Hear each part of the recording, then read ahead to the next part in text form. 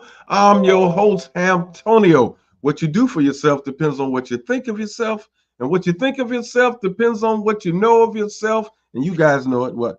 What you know of yourself depends on what you've been told of yourself. Welcome to the show. Great show for you today. We're gonna chop it up and give you guys a chance to send some things in onto the chat, and you might have some questions or might want us to comment on a few things. We'll be able to do that. Hopefully, we can. We'll go out and seek out the right answer from some qualified people to answer your question. It's a lot going on all the time, all over the place. And that's why we must stay focused, people. I don't know how many times I can say it. So let's stay focused on the job, on the task at hand, because I think Black people, especially in this country, well, I would just say all over the world, we need to be paying close attention. But there's some serious movements and some things from going on in this country that's causing a lot of ripple effect across the world. So we have to have like a global perspective of things, and paying attention and keeping our ears to the ground of what's going on, because it can affect as far as the future is concerned. And that's my main concern. Where are we going to be and how are we going to be placed and as far as the future is concerned, because in this country, we're fighting a struggle for folks wanting their country back. And the question is, how far would they go to get their country back? So we're going to talk about a few of those things like that. In the remote studio, we got our good brother Vince. What's going on, Vince? Well, as you said, there's a lot going on. One thing that I do want you to know about is this evening at Larchmere Arts, we are going to have a featured poet by the name of P.S. I think her government name is Didriana. Don't want to put her out there like that, but her name is P.S. on stage, and she's going to be performing with myself and someone who has yet to be identified. But we're going to have an evening of spoken word and music at Larchmere Arts tonight. It gets underway at 7 o'clock. Come on through and enjoy a good time. Also want to take this time to give a shout out to our friend Tara Lawanda Aaron. She's been on as a guest a few times with us, and she has a function upcoming. It is the Spot Youth Empowerment Organization 20th year celebration. It's going to take place on the 8th of August at 7500 Cedar Avenue. It's a spot called Platform 13. The featured speakers will be Jerry J. Prim and Dolores Gray. Jerry is a political strategist, and Dolores is a member of the State Board of Education. So I'm sure they will have some interesting things to share with you. As a side note, I'll be playing piano for this event at the beginning and the end. So tickets are $35. And if you want to reach out to Tara Lawanda, you can call her. Let me see what her number is. I know the last four numbers are 6049. Yes, her number is 216-323-6049. So reach out to her. The Spot Youth Empowerment Organization is doing some great things in our city, and I'm really happy to support them in what they're doing. So come on through, support them. 20 years of doing great things for young people in Cleveland, Ohio. So that's it for the announcements. We got a few plans for other things at Larchmere Arts, and I let the cat out the bag last week, but Brother Hamptonio, looks like we're going to do the Larchmere Cultural Arts Festival again next year. So Okay, all right. I mean, that's how building you on it, start. going to incorporate some new elements. We're having conversations about adding theater to that mix, and I'll say this: it's interesting, Brother Hamptonio. I got questions about it being a Black festival, and I thought about it, because my answer to the question was it's a cultural festival. Mhm, It's an opportunity for us to celebrate our culture. mhm, mhm. And the question kind of threw me for a loop, because as I was thinking about it, when the Polish have a festival, I knew where he was gonna go with that. nobody Yeah, asked yeah, them, is yeah. it a white festival? The Greeks had a festival last weekend. Nobody, when they put this festival on, It's for them. nobody asked them, is Mhm, this a white festival? mm, And then mm, when we do a cultural festival, folks are asking us, is this a Black festival? mm, It it it, it was just an irrelevant question to me. But anyway, Yeah. I mean, see, we have to understand some things, and I'm here to admit it for myself, because you're dealing with logic. And by saying that, dealing with logic, um, I was born and raised in this country.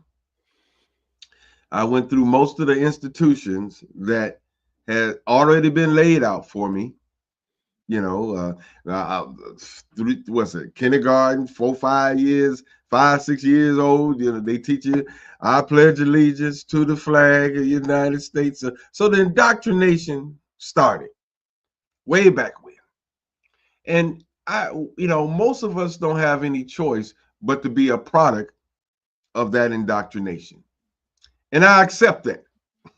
Yeah, because just by logic, because I have no choice. If I went through all of the institutions that was brought before me here in this country, studies, some college, just European culture in its generalization, with the lack of and the diminishing culture of African Americans. So I'm going to be a part of this particular institution here. I'm calling this country this institution.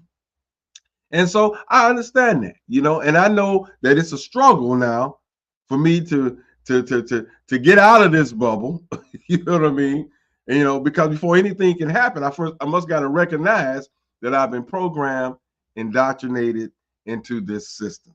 And that's why I say I accept that, because I know there's no other church. No one was over teaching us and taking us while we were 16 to the village. I mean, to into the interior, teaching us the rites of passage, where our ancestors did and things. So that didn't happen.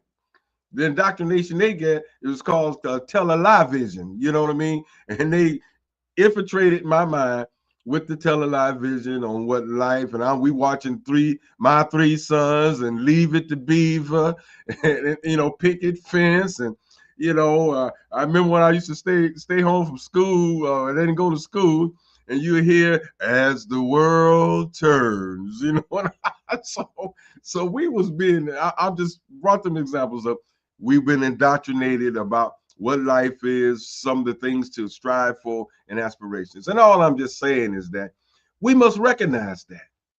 And so everything that we see and approach is coming from that reference point. It's coming from that perspective on how we see the world. And what I'm trying to get our people to understand, that's like we talking about culture, just like what you put on and what you're going to put on as far as the cultural festival that you're talking about, it's going to be different from what the Irish did.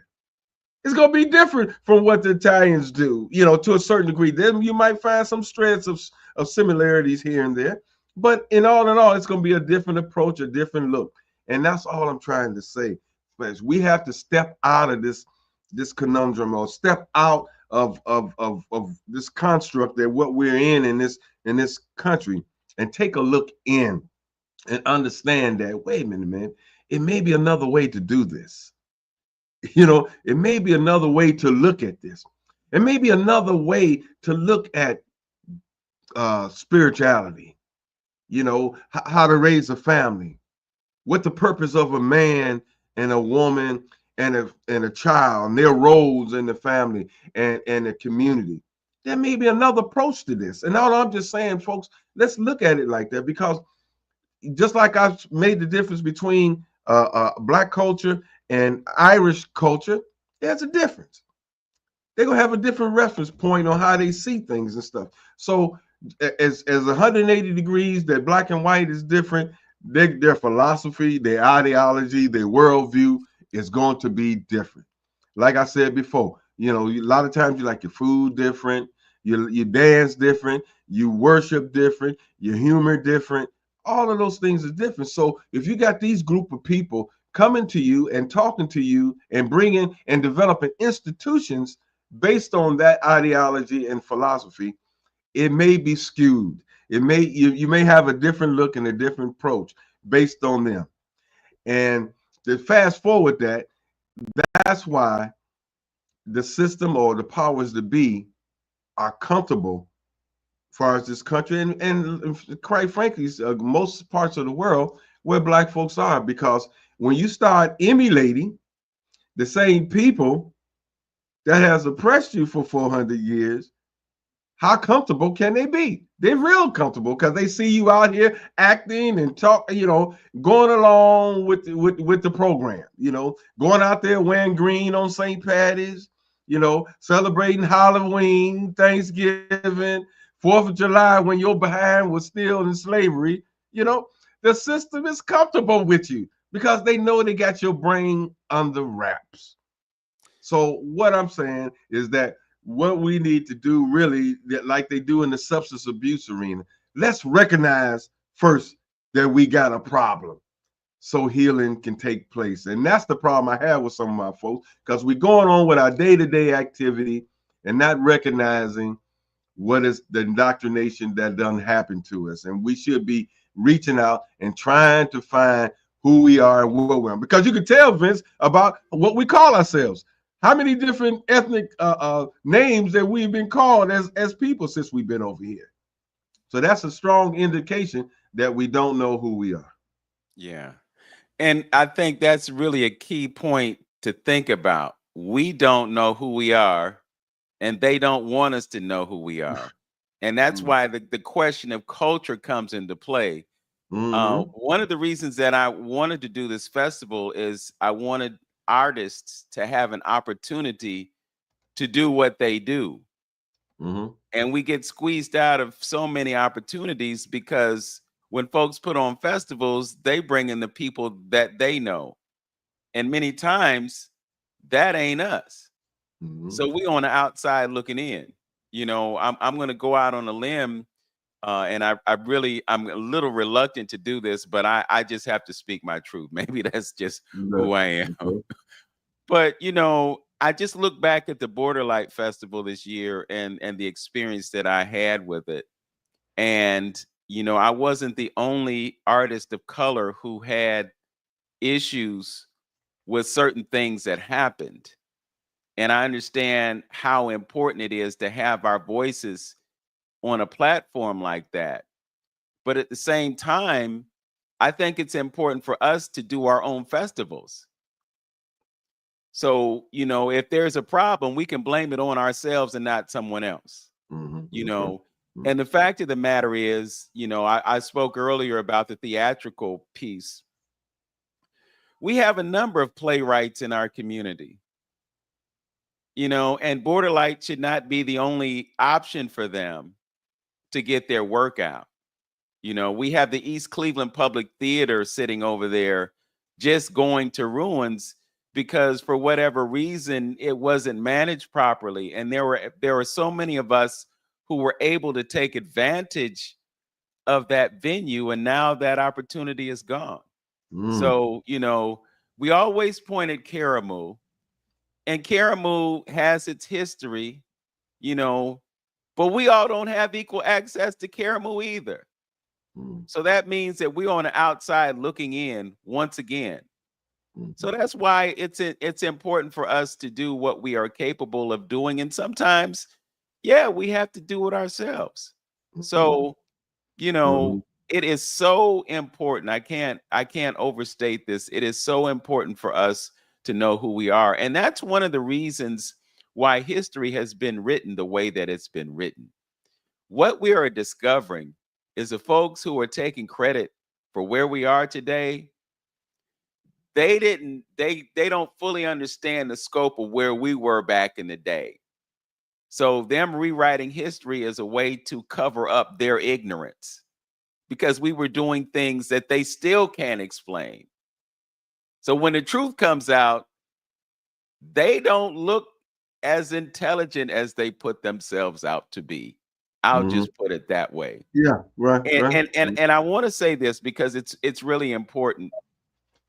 One of the reasons that we perceive reality the way we do right now is because what we know of the past, just like you say at the top of the show, is what we've been told. And we have not been told a complete truth. But we're living in an age now where a lot of the things that they've been trying to hide from us are bubbling Mm-hmm. up to the surface, and people are waking up Mm-hmm. to, you know, Mm-hmm. what's really going on. What's Mm-hmm. really going on? Mm-hmm. I ran across something within the past week that had something to do with MK Ultra. Are you familiar with MK Ultra? Yeah, yeah, yeah, a little bit. Mm-hmm. So, and it was an ex-CIA agent who was talking about the MK Ultra of the past, but he was also talking about the MK Ultra of the present, Okay. because it's not a program that ended. Yeah, yeah, I just for to say it ain't like it just stopped. You know? They didn't just become, you know, conscious all of a sudden to decide, well, you know, we want to stop manipulating people and controlling them and misleading them. We don't want to. So it continues today. And so when you see how it manifests and how they go through what they go through, the ultimate objective is to take away our ability to think. Mm-hmm. So we don't think for ourselves. We allow something else or someone else to be responsible, completely responsible for our lives, and we just go along the path that they've created for us to exploit. Mm-hmm. This week, brother, two times I thought about this because I walked for 2 miles this morning and I was thinking about talking about this on the show. Two times in the past week, someone has shown up on my property. They didn't say, hey, we got to do something to your gas line. They didn't say, hey, we're going to cut down your tree. They just showed up, backhoe, dug a hole in my lawn, left it, didn't give me notice, didn't give me explanation, nothing. And so now there's a patch of dirt in my front yard that has no grass, and they're not going to replace the Mm-hmm. grass. They just left it for me to repair. Mm-hmm. Again, no explanation. Yesterday, I'm pulling out my driveway. I can't get out my driveway because the landscapers or the tree surgeons have a truck, and the tree that was on my property that they cut down.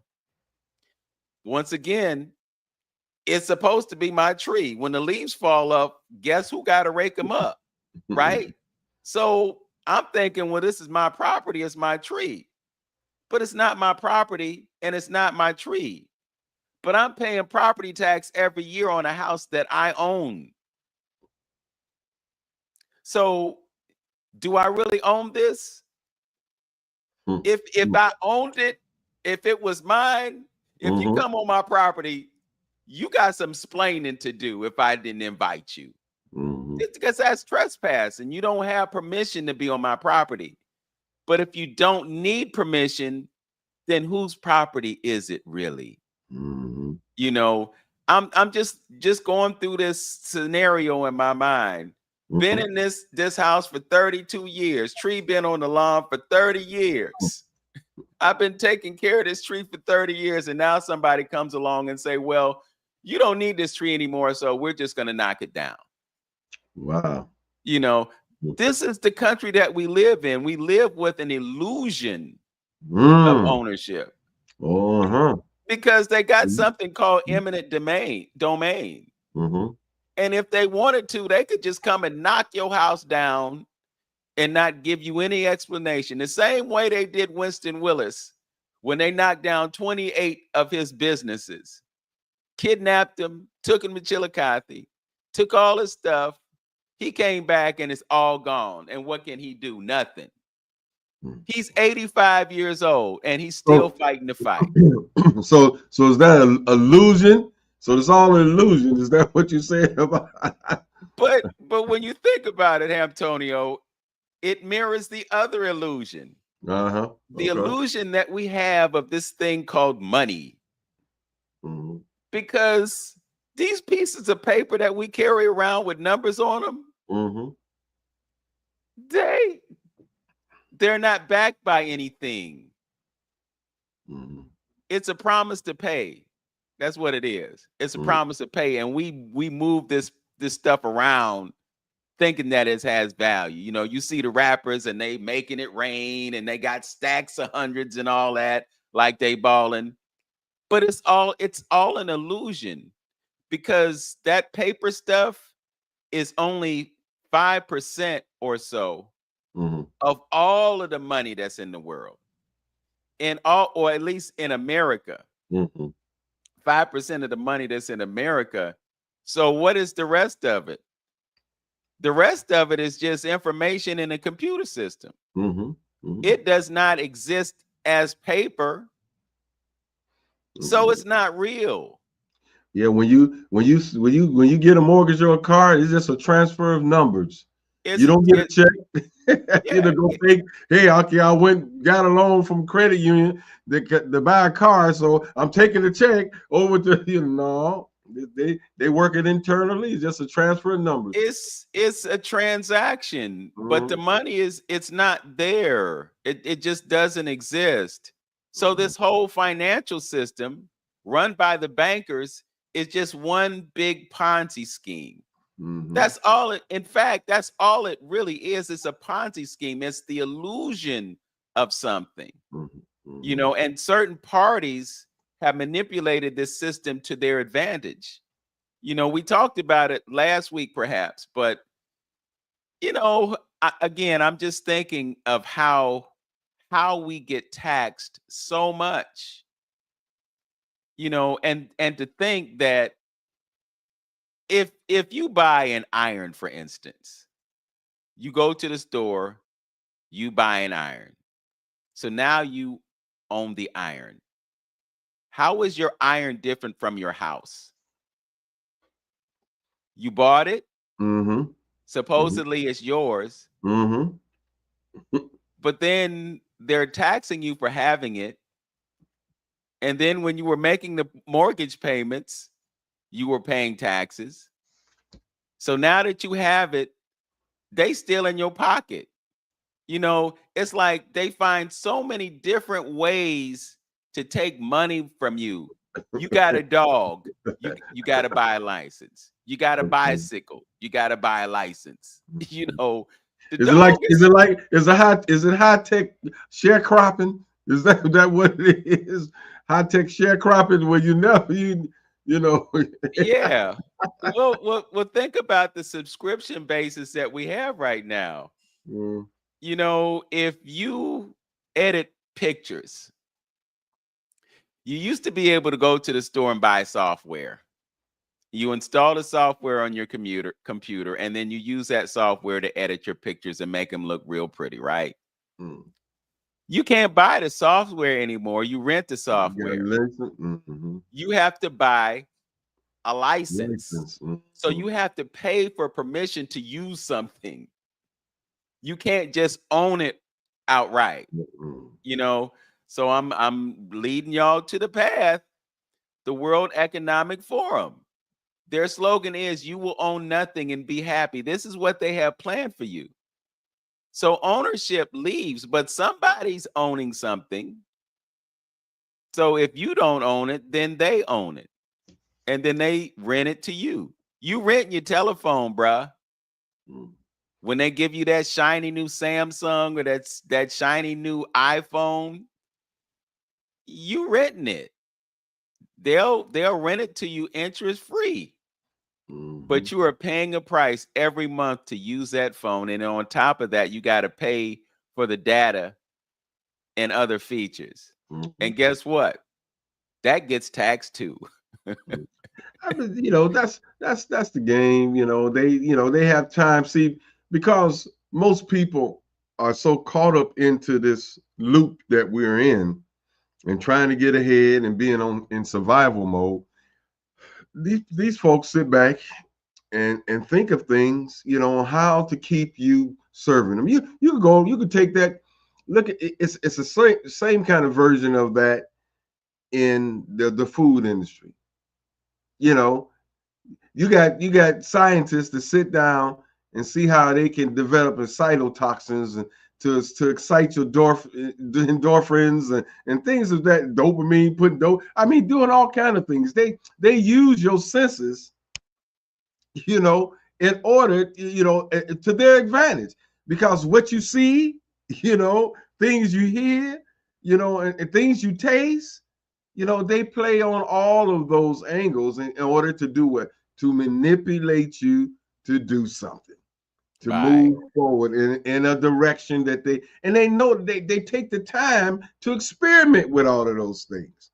Like they talked, yeah, what's the name of the book? A Higher Form of Killing, that Dr. Moore always talk about, how they experimented on the people and the population.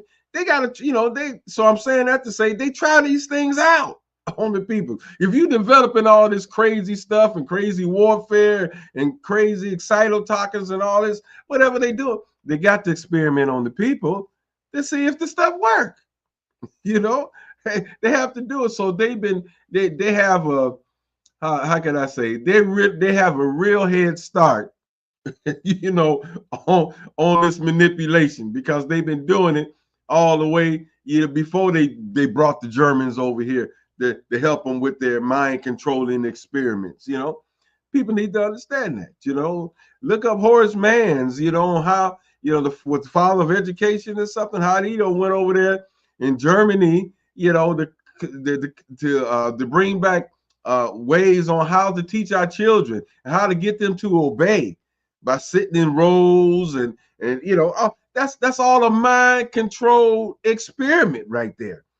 That's all it is, and when you approach it in that fashion, then it brings some enlightenment. You have some understanding. The problem is when you go on oblivious to what's going on and you're being attacked mentally from all angles and thinking, here's the point, thinking you making choices and independent choices, which you're not making independent choices, But I want to switch gears just a little bit. Not switch gears, but I just want to bring this up that I think is very important. We was going to try to have Taki Grant on today. Him and his group is with Professor Smalls. They're over in Ghana right now. Got 98 people that Professor Smalls is taking. I talked to our good brother Nana David Whitaker about did he see Professor Smalls over there, and he did. He said, yeah, they was at Mabel's table doing their thing, Yeah, but what I want to touch on, is something that I think is interesting that is going on across. Because if Taki was going to bring on, I was going to have him explain and talk about that relationship that happened 3 or so years ago when the people in Egypt didn't want him to have his conference there. You know what I mean?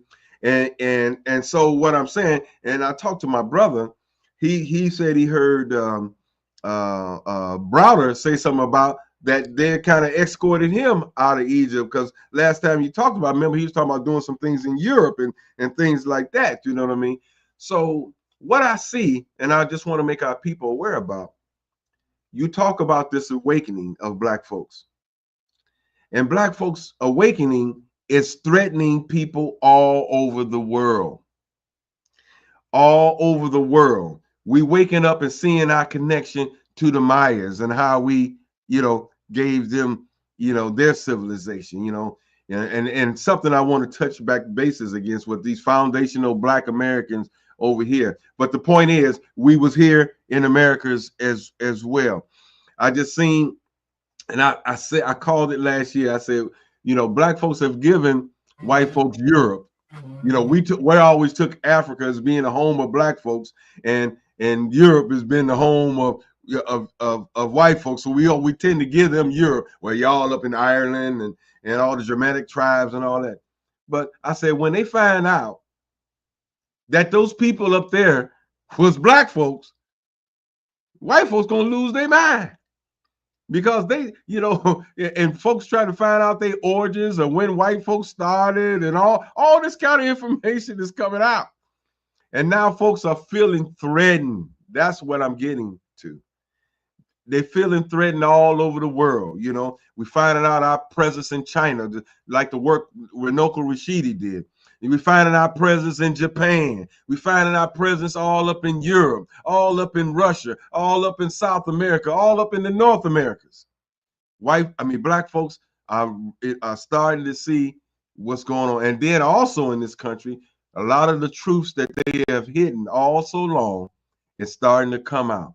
And we're starting to see how unscrupulous, how barbaric that these European forefathers were to black folks here in this country. And the truth is coming up, and that's why they're trying to corral history. They're trying to corral books, what books you can read, and things of that nature. So that's why it's so important, and we need to understand what we're seeing, what we're observing when it comes down. They're threatened because black folks are waking up. You invoked Dr. Rashidi's name, and I just want to make folks aware. I'm planning to do a live with some of the folks that I went to Egypt and the Sudan with. Dr. Rashidi's birthday is on August 16th. And actually, today, August the 2nd, is the anniversary of his transition. Wow. Yeah, that's right. That's right. Yeah. So just want to acknowledge him. Yes. But we're going to do a live on the 16th, I think at 8 p.m. Eastern Standard Time. One of the brothers that was on that excursion with us actually lives on the other side of the world.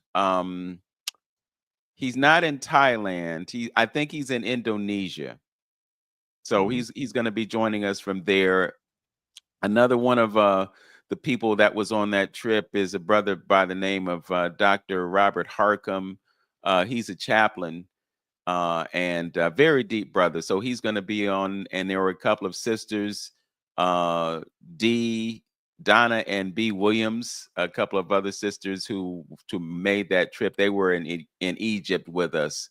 So we're going to talk about our experience. We're going to talk about Dr. Rashidi. It will be live on YouTube and Facebook. So I just want to let everyone know. It's really disheartening to see what's happening in Egypt right now, to see how Tony Browder would go to Europe instead of going to Africa after having spent so much time on Karakoum's excavation. And so, yeah. And to remember what happened to Taki and the others when they were attempting to do something there. But I think it's in alignment with the erasing of history. Because once again, they don't want us to know. I mean, how can you look at Europe being what it is and exclude the influence of the Moors? We were there. We were building stuff. You know, they came out of the dark ages because of us. That's right. That's not the story that they want to be told, because it puts them in a position of weakness. You know, and I'm, you know, this whole Greek thing, man, this whole Greek thing, you know, I'm seeing a lot of Bobby Hemmett on Facebook now, man, and he tells you the real. You know, it's a little frustrating for me to hear Osiris, Isis, and Horus, because, you know, these are our African mythological heroes. So why we continue to glorify the Greek designations for them, I don't know. Perhaps it's because people just don't know. All they know is the Greek version. But I think it's important to have the proper context so that you don't give credit to someone who doesn't deserve the credit. The Greeks learned everything that they learned from Kemet Nu. You know, we still using Pythagorean theory. Hey, but Vince, you know, when you bring up that, and I help, you know, we got some good brothers that are Masons and alphas and all that other stuff. But look at what we're saying. Look at what we're doing. You know, I hate to jump on the brothers sometime, man, but some of them is branding themselves with the alpha and omega signs. Don't know that's African, but if folks want to call themselves Greek, you know, they want to give some credit to the Greeks. And the Greeks was so much of at one point heathens to where they went back and they killed, Socrates and stuff when he went and took the information that he learned from Africa. How come those things are not in the history book? And that's why me and Brother Whitaker talked about us being mentally ill and and just not being able to put together some analytical, critical thinking, even when given some of the historical breadcrumbs, so you can make a good analysis about some stuff. You know what I mean? And so it's frustrating to a certain degree. We're waking up on one end, but at the same time, a good mass of us is still romanticizing the information they have been told at this point. It's not rocket science for us to understand if we want to turn our situation around. You got to start with the children. Some of what they're being taught in school is very critical at this particular point. And you see, you're not getting it the way you should be getting it, that you got to fight for it, all the time. Then why not develop your own institutions?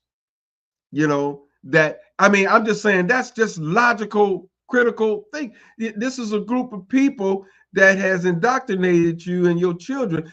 Let me go back to what Amos Wilson said. Amos Wilson said this: if you're not teaching your children to fix your problems of today, then what are you doing? You perpetuating the same situation. It's almost like, oh, I'm gonna hurt somebody right now, Vince. If you sit up here, how many times? Oh, let me give you a quiz.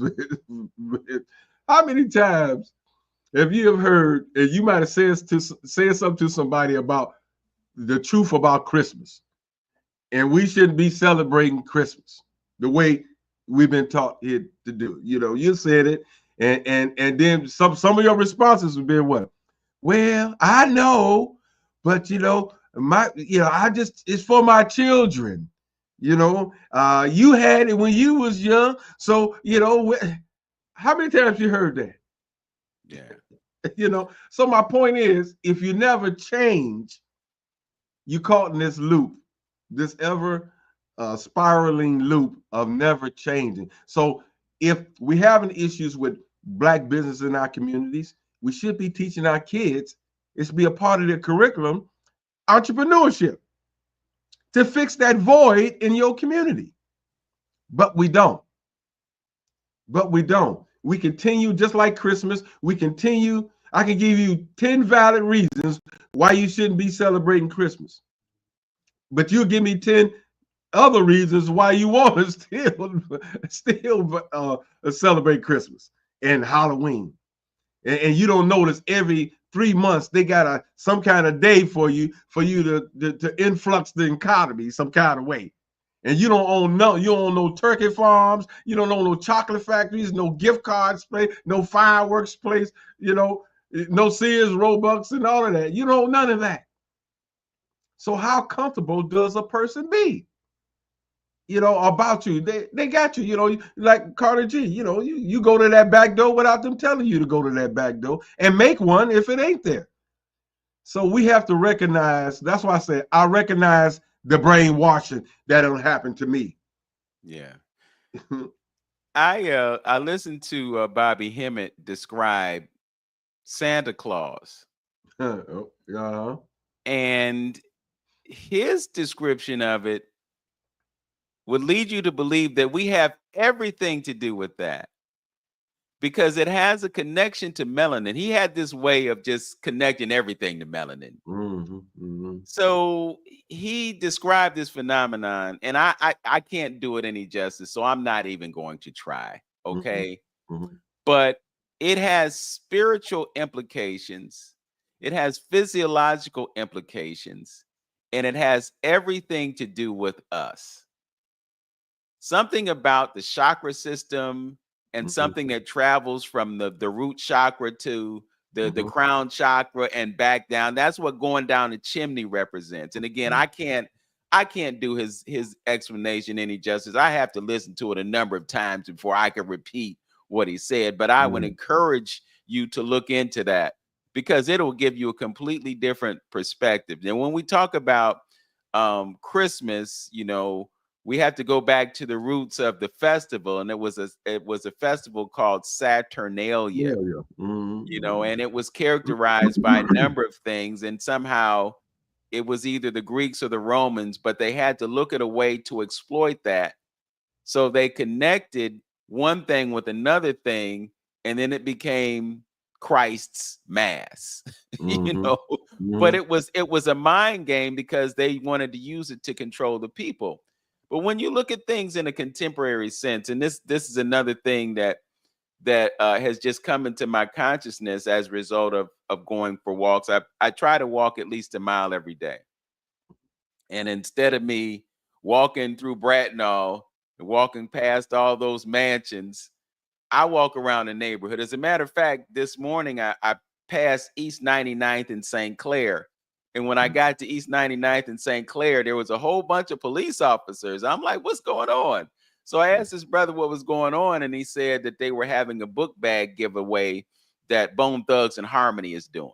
Oh, okay. Okay. So, but one of the things that I've noticed on my daily walks as I look at what's around me is I see all the evidence of consumption. It's kind of where we started today's show. I see the evidence of consumption. So you see all these discarded bottles and wrappers and things that people have consumed and are not really conscious enough or compassionate enough or concerned enough to put them in a proper place. You know, how many times have you been riding down the street and you see somebody toss something out the window? You know, cigarette smokers do the same thing. They'll just finish the cigarette, put it down on the ground, stomp it out, and leave it there. And it's like, well, who's going to pick that up? Who's going to put that where garbage belongs? But there's no consciousness, there's no concern about our environment. So I live in Glenville on the edge of Bracknell. There's an apartment building on the corner of the street that I live on. And I notice how the people who live in this building will just throw trash on the sidewalk right where they live. And sometimes the trash migrates over to my property, or what I think is my property, which ain't really mine, that I'm paying a price to live on, but you know what I'm saying. But they just drop it. And so you got people who work for this company that owns the building, and they'll come up and clean up behind the people. Now you contrast that with Atonquois and the straw broom that sister woman has, and she comes out in front of her front stoop and she'll sweep every day.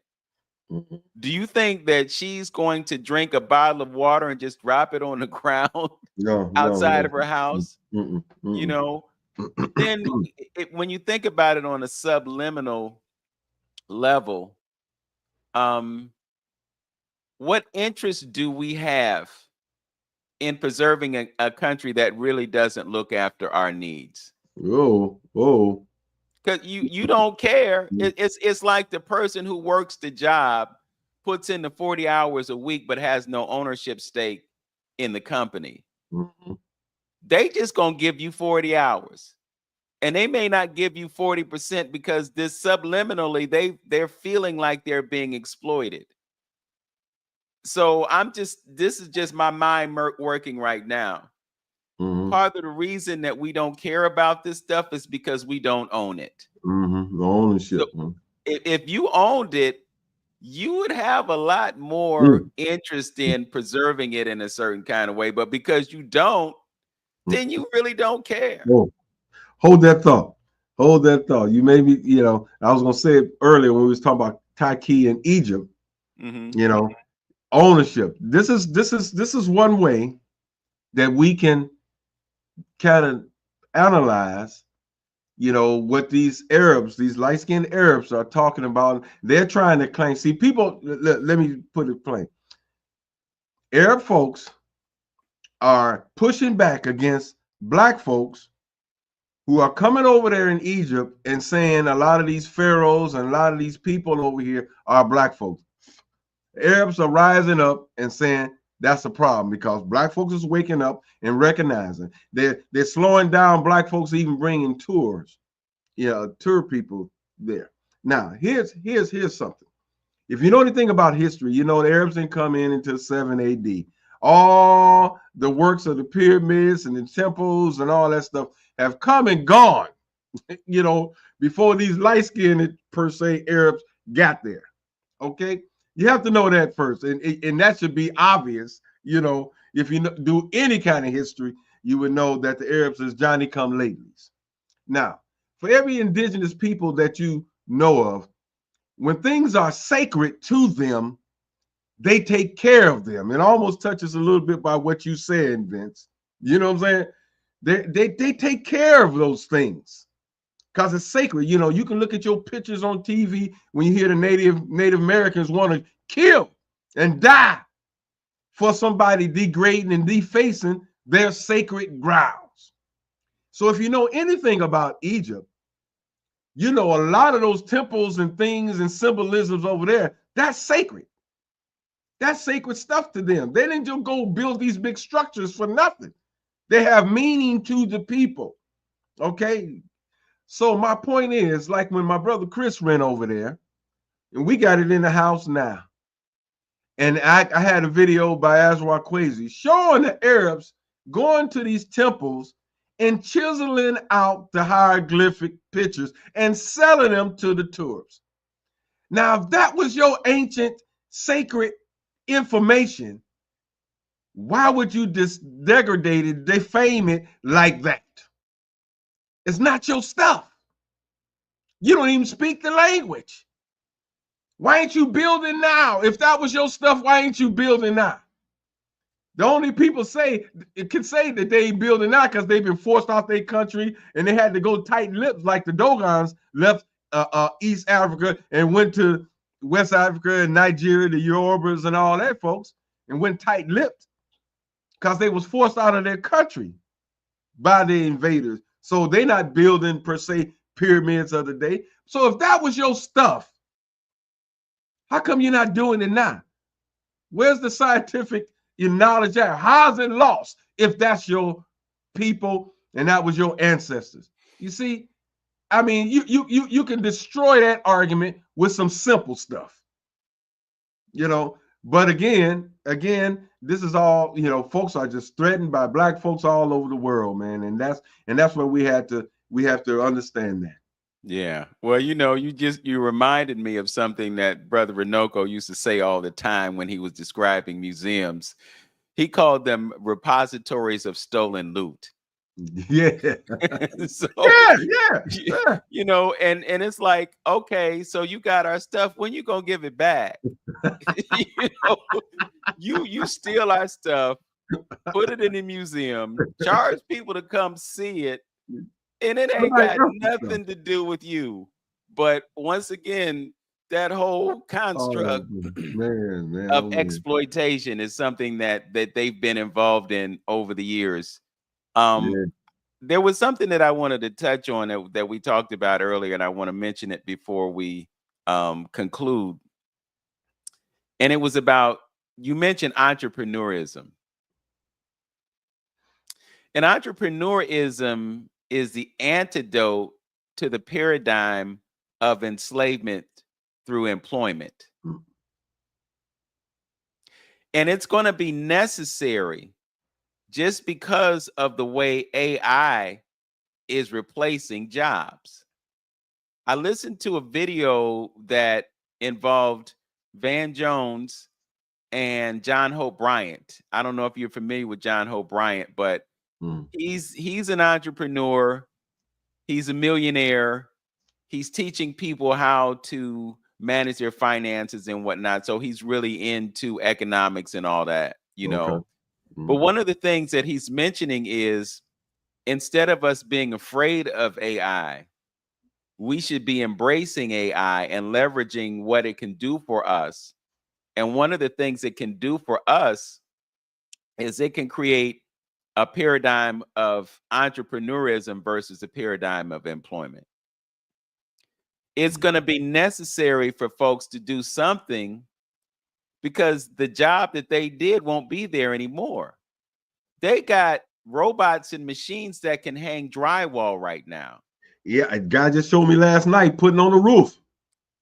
Yeah. So the things that we used to do, I mean, look at Amazon. Look at how Amazon has changed.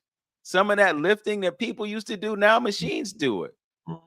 See, and the thing about it is, because of the capitalism that we're so ensconced in, they're always going to find ways to increase their profits. Bottom line. That's all it is. It's all about bottom line. And the most expensive thing in a business is the cost of labor. So if you can reduce your labor cost, you can increase your profit. So if you can create something that doesn't take breaks, doesn't take vacations, don't have to sleep, don't have to eat, don't have to be managed, don't have to be talked to, just programmed, can work for you 24/7, 365, you're going to make a lot of money because you're going to save a lot of money. And the money that you save from not having to pay somebody, you can invest and grow. Hold on. Those are the same benefits of slavery, huh? That's why that free labor. Look, you built a whole country off of free labor. Go ahead. Right. That's how America became great, right? But then again, when you look at history, you'll find out that the United States is just a colony of the British Crown. We still dealing with Roman stuff. And you'll find out that the folks who represent us in courts of law are just agents for them. Yeah. You know, I mean, there's just so much that we don't know. We don't know that the District of Columbia is actually the 51st state. And I don't want to say this is true. I'll just say that this is something that I heard. It was on a program called Redacted. I don't know if you're familiar with Redacted. Yeah. Well, the host had on somebody who was saying that the only people in this country that should be paying income taxes are the people who live in the District of Columbia, and everybody else is doing it on a voluntary basis. Again, I can't verify the veracity of this. I'll just say that it's out there. Okay. It's an idea that's floating around in some people's heads. But you know, when you look at America, everything is the exact opposite of what they tell you. They say it's a democracy. It's not. They tell you that we elected president. We don't. You know, they tell you that the Food and Drug Administration is looking out at your best interest. It's not.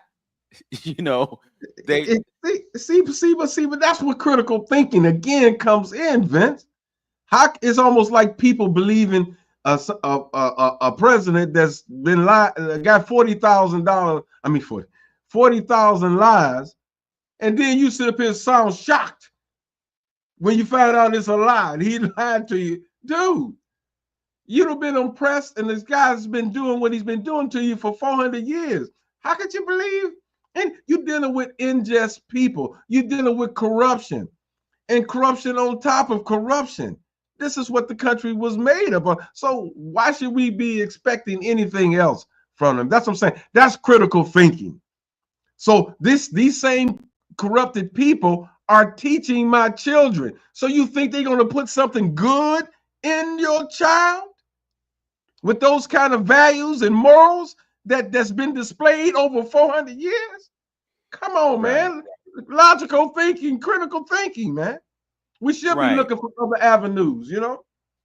Well, it's like you said at the top of the show about institutions. And it wasn't directly stated, but how could you expect someone who wants to exploit you and oppress you to tell you what you need to do to be free? Tell you anything. They're not going to tell you that. And so that is expressly the reason that we have to teach our young people. That's what I'm saying. But not only that, we got to teach each other. We got to teach Yes, sir. ourselves. Mhm. You have mentioned a few books in the space of this broadcast, and I would venture to say that folks weren't rushing to write them down so that they could go to the library or go to Amazon. Mhm. But when you look at how people's lives have been transformed, I'm thinking of Ketu Oladuwa, who spent those years on death row and did all that reading while he was incarcerated. Okay. Look at the impact that it had on his life. Mhm. To quote another figure, look at Malcolm X. Mhm. Mhm. Same thing happened to him. He was locked up and he buried his head in books, and then he learned. So he self-educated, self-taught. You know, Mhm. Mhm. Mhm. we have to teach ourselves. We can't rely on a system that does not want us to think critically and analytically. That's the issue. Because the whole point of it is to keep us away from plotting our own escapes. Yeah. Yeah, we Mentally. got just a few moments before we make the transition. So I want to thank everyone who joined us on radio today. I want to encourage those of you who are on YouTube now to subscribe to our channels. We will be able to do even more for you when we get to another point in our evolution in terms of YouTube. So go to the Journey with Hamptonio, like, comment, subscribe, and share the broadcast. You can do the same thing with this, and we will continue to bring intelligent conversation, to bring subject matter experts and things that you can implement in your lives to improve the quality of your lives. A big shout out to Tone Harley, got us on the air today in the midst of a Mercury retrograde. We usually have issues. Today we didn't. Thank you for thank you for that. And thank you for listening. As always, know yourself, love yourself, be yourself, make today your best day. Peace. Peace. Peace. It's 12 o'clock noon. And again, we'll issue another reminder to those of you who may be with us exclusively on YouTube and Facebook, like right now. We would really appreciate it if you would subscribe to our channels. Brother Hamptoni, I'm up to 981. Mhm. Okay. So 19 will get me to the promised land, and with your help, we'll be able to do that. Mhm. Also, for those of you who are with us on YouTube, don't forget about tonight at Larchmere Arts. The summer is winding down. So many things have yet to happen. We have the Greater Cleveland Urban Film Festival coming up. We have the Incubator, which is a 2-day conference that is sponsored by Literary Cleveland. I'm excited about moderating a panel. I'll be bringing on 5 poets, and they're going to be describing how they went from being an open mic poet to being a featured poet. Mhm. So I got 5 bright stars of the spoken word scene here in Cleveland, and they will be on stage, and that will happen sometime in September. Mhm. We also have the Great Lakes African American Writers Conference coming up in September. We'll be doing an announcement about that probably within the next week. There is going to be a mixer for it at the Cleveland Winery in Cleveland Heights that will reveal the new producer and the producer emeritus, Leah Lewis and Nicole D. Miller. So you'll get a chance to meet them and find out what the Great Lakes African American Writers Conference is going to be comprised of. So stay tuned. We got a lot of good things coming your way. I'm looking forward to Detroit this year, Brother Hamptonio.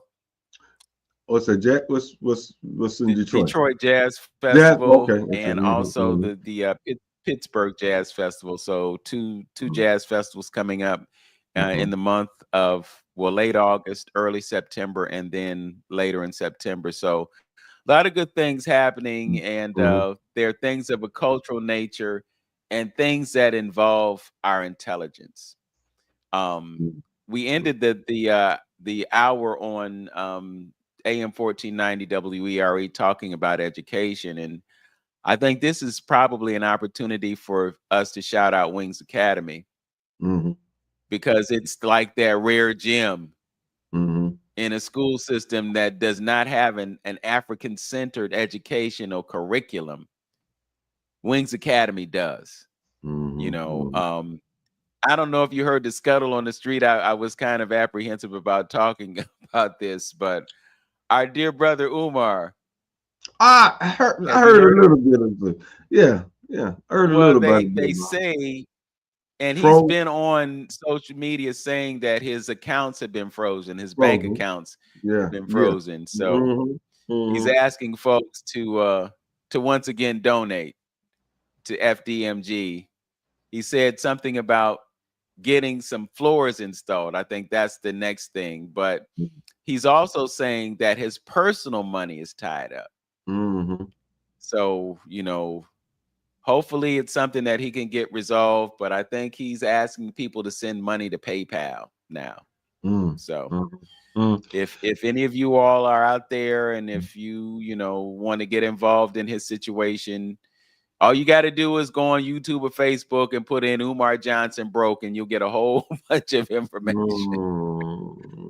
Yeah, Yeah, sorry yeah. to see that I mean, happen. we have to understand. I try to have some kind of patience and understanding with black folks, and you'll soon find out, and you've done it before, when trying to do anything.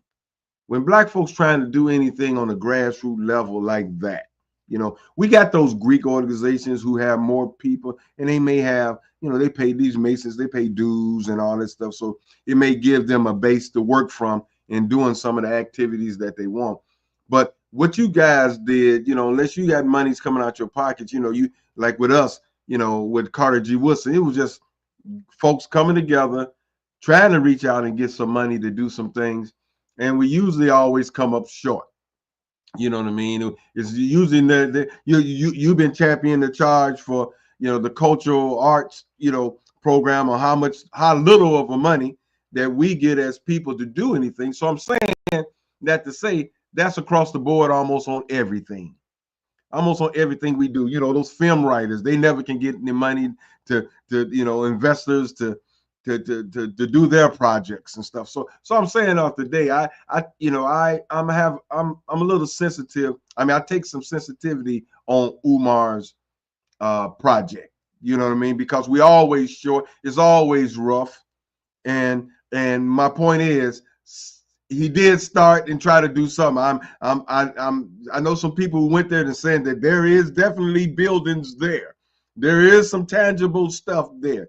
And he's gonna have bumps and hurdles all the way through this thing. We just been talking about it. You think they want him to have a school?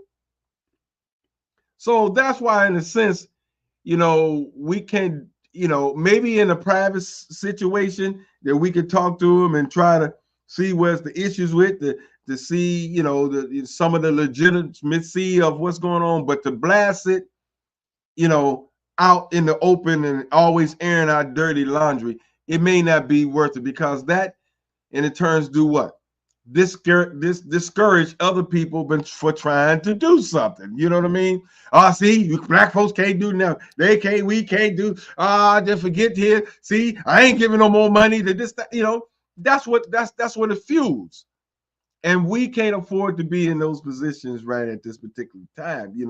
What can we do to help? Okay, we got to pull the brother, or we've got to set up another committee to make sure this project is going forward. Then do that. But the point is, where we at right now, we need as many people as we can, to try to turn this thing around. So I'm not here just to jump on them with 2 feet and rep, because I know how hard it is doing anything in this country. Right. And the point was not so much to cast any dispersions. I mean, the situation is what it is. And when you think about it, the greatest threat to this system of pseudo white supremacy is black intellectualism. Mm-hmm. And he's one of those people that lives in that world, which is why he can give us so much information and so much perspective. So while you have that going on, then you have this sideshow and the sideshow takes away Yes. from his Mm-hmm. effectiveness Mm-hmm. because Mm-hmm. it negatively impacts his credibility. Yes. You Yeah. know, so Mhm. now, Now, is just that like you said, purposeful? Is that yeah, purposeful? yeah. So now people can line up and say, Mm-hmm. look at this. And I Mm-hmm. almost said the N-word. Mm-hmm. Right. But they, you know, and they want to cast aspersions on them. Mm-hmm. But then when you look at their content, how are you informing and enlightening people? Mm-hmm. You know, if you just set the FDMG situation to the side and you look at all the other things that he's done to contribute to our awareness and knowledge of history and psychology and children and all of that, you know, just put that to the side and focus on what's a benefit. You know, he came to Cleveland about a month and a half ago, and I went to listen to document it. Um, and there were a lot of things of substance that were shared on that day, Mm-hmm. you know, and I posted something. I posted a picture of him, and there were a whole bunch of comments. And some of those comments weren't kind Mm-hmm. because they wanted to default for what about the school? You know, or he, you know, this, that, you know, just And negative. those people talking that they ain't contributed a dime. But go ahead That's on. the point. That's the point. You know, when you're in that critical space, well, what have you done? You know, Mm-hmm. it's just like the interview that Roland Martin did with this young man, and I think I may have mentioned it one or two other times, but Roland Martin was interviewing this young brother, and he was like 20 years old, and he was saying basically voting ain't everything. And so, you know, Roland want to launch into him, you know, and criticize him for his pushback on voting. But this brother opened a school Mm-hmm. and he got other young people involved, and they got a bus, and folks are getting taught in that school, whatever they want to teach in that school. Mm-hmm. Well, let me. So what have you done? Mm-hmm. And when the brother started explaining all the things that he was doing, what could Roland do but shut up? Mm-hmm. But check when you said that too. Question: when you saying voting not everything, how come we don't have these big pushes like black folks do about voting from other ethnic groups? Do you hear the Asians talk about let's get out of campaign and we gonna vote? You hear anybody else doing that? Now we know white folks doing that. I'm just talking about any other small ethnic groups. I ain't never seen this, I mean, in the political parties, but not the way black folks do it. And feeling that's the only ram in the bush that we have is voting. But what's more important than voting?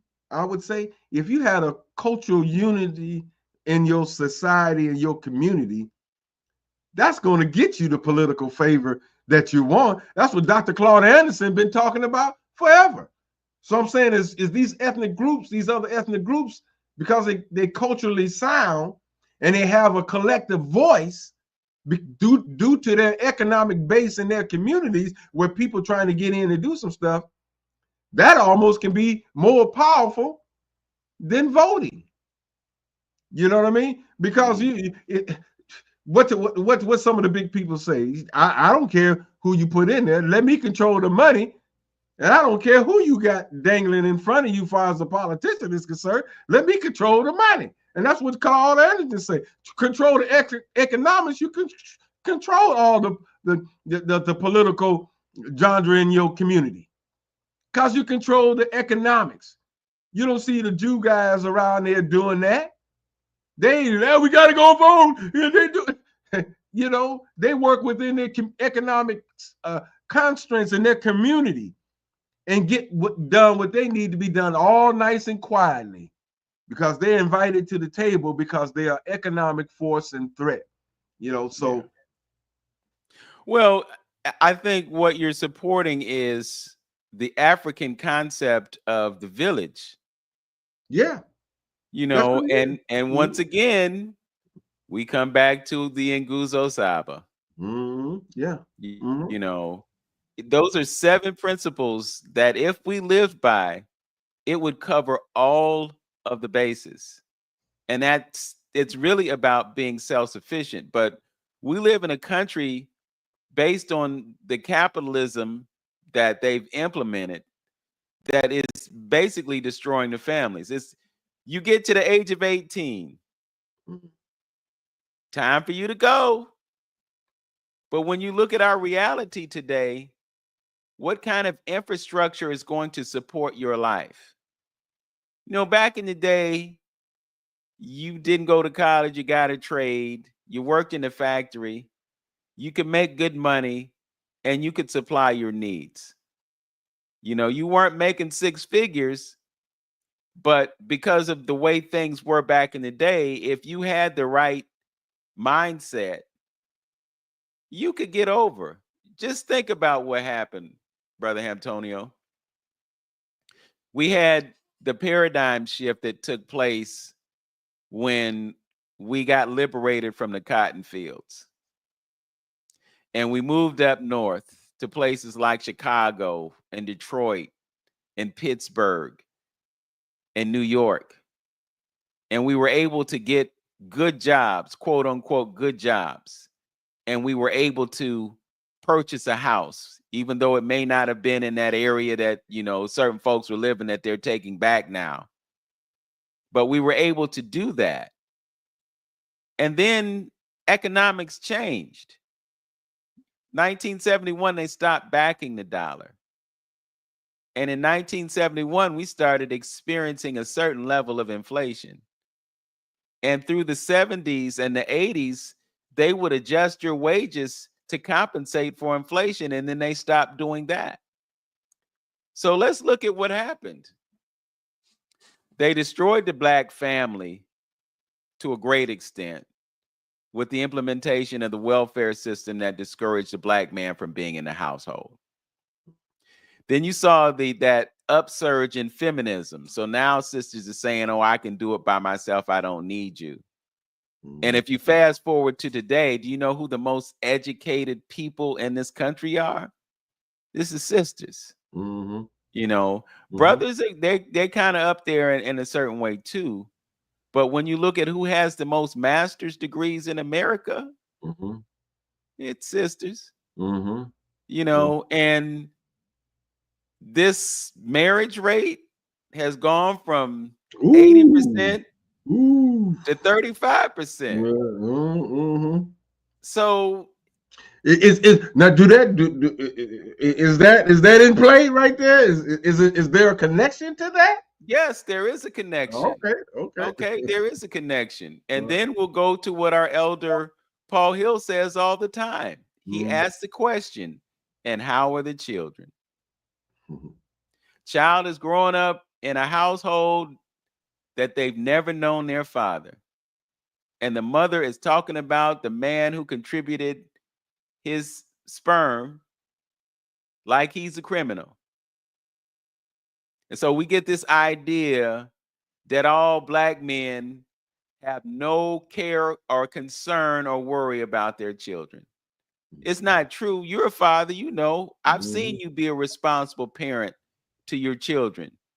So I know that you ain't going to just let them be out there, you know, dangling in the wind like that. But the common perception is Black fathers aren't present. And now you got sisters out there talking about ain't no good Black men.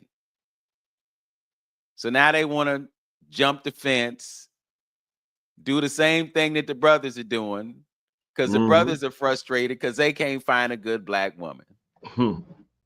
And then, you know, we have this whole idea, well, you know, you love who you love, blah, blah, blah, you know.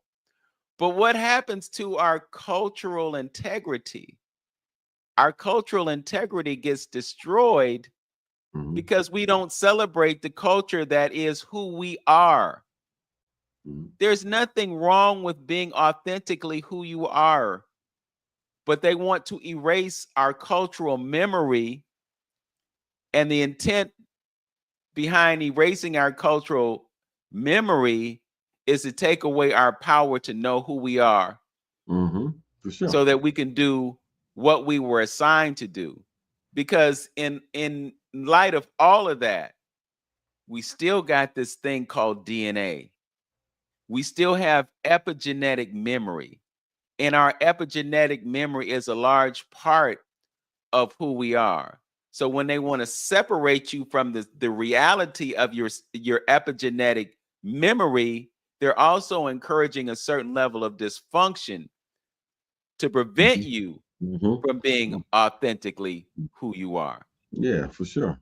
And then on top of all of that, they have this reality that they create for us that puts us on edge, that traps us in a mindset of scarcity and lack, a mindset of powerlessness and futility and victimhood. And how can you ever escape those shackles if it's presented to you, this is the way it is, and this is the way it's going to be, and this is the way it's supposed to be? You can't get out of that. But the whole purpose for that is to manipulate you. So just think about it. If these few companies own 90+% of the media, what kind of messaging are you going to get? Yeah, that's the question. How easy is it for them to manipulate your perception of reality, because you're getting everything from them? Spoon fed to you. Spoon fed. You know, we walk around with these things like they're a part of us. You be standing somewhere and you be like, where my phone? Where my phone? You know, your memory is here. It's here. It's not here. It's here. You know, I know your phone number because I've heard it so many times.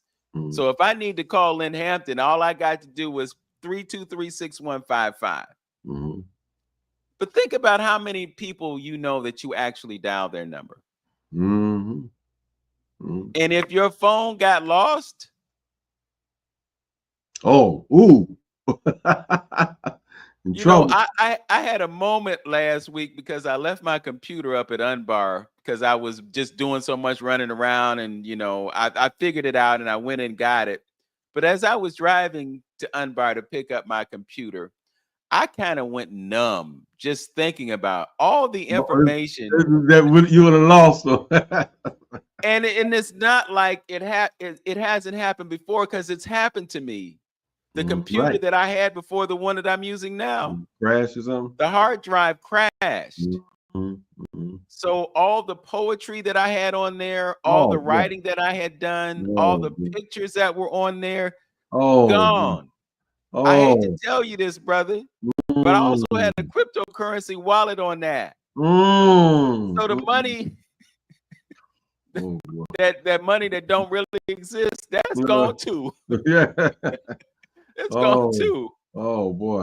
And I had to make peace with it. But the whole point of it is, you know, we're just so connected, but the answers to everything in our life is here. It's in us. Our memory is in us. The who we are is in us. You know, that DNA, you know how folks say life is life? Well, I got a new one for you.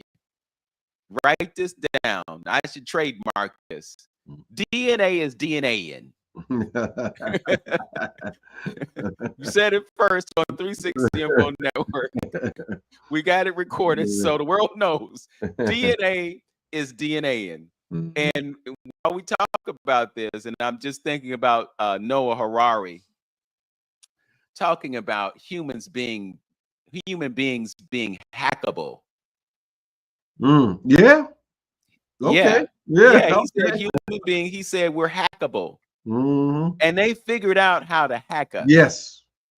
So I'm gonna go out on a limb and I'm gonna try to say it, you know, as carefully as I can.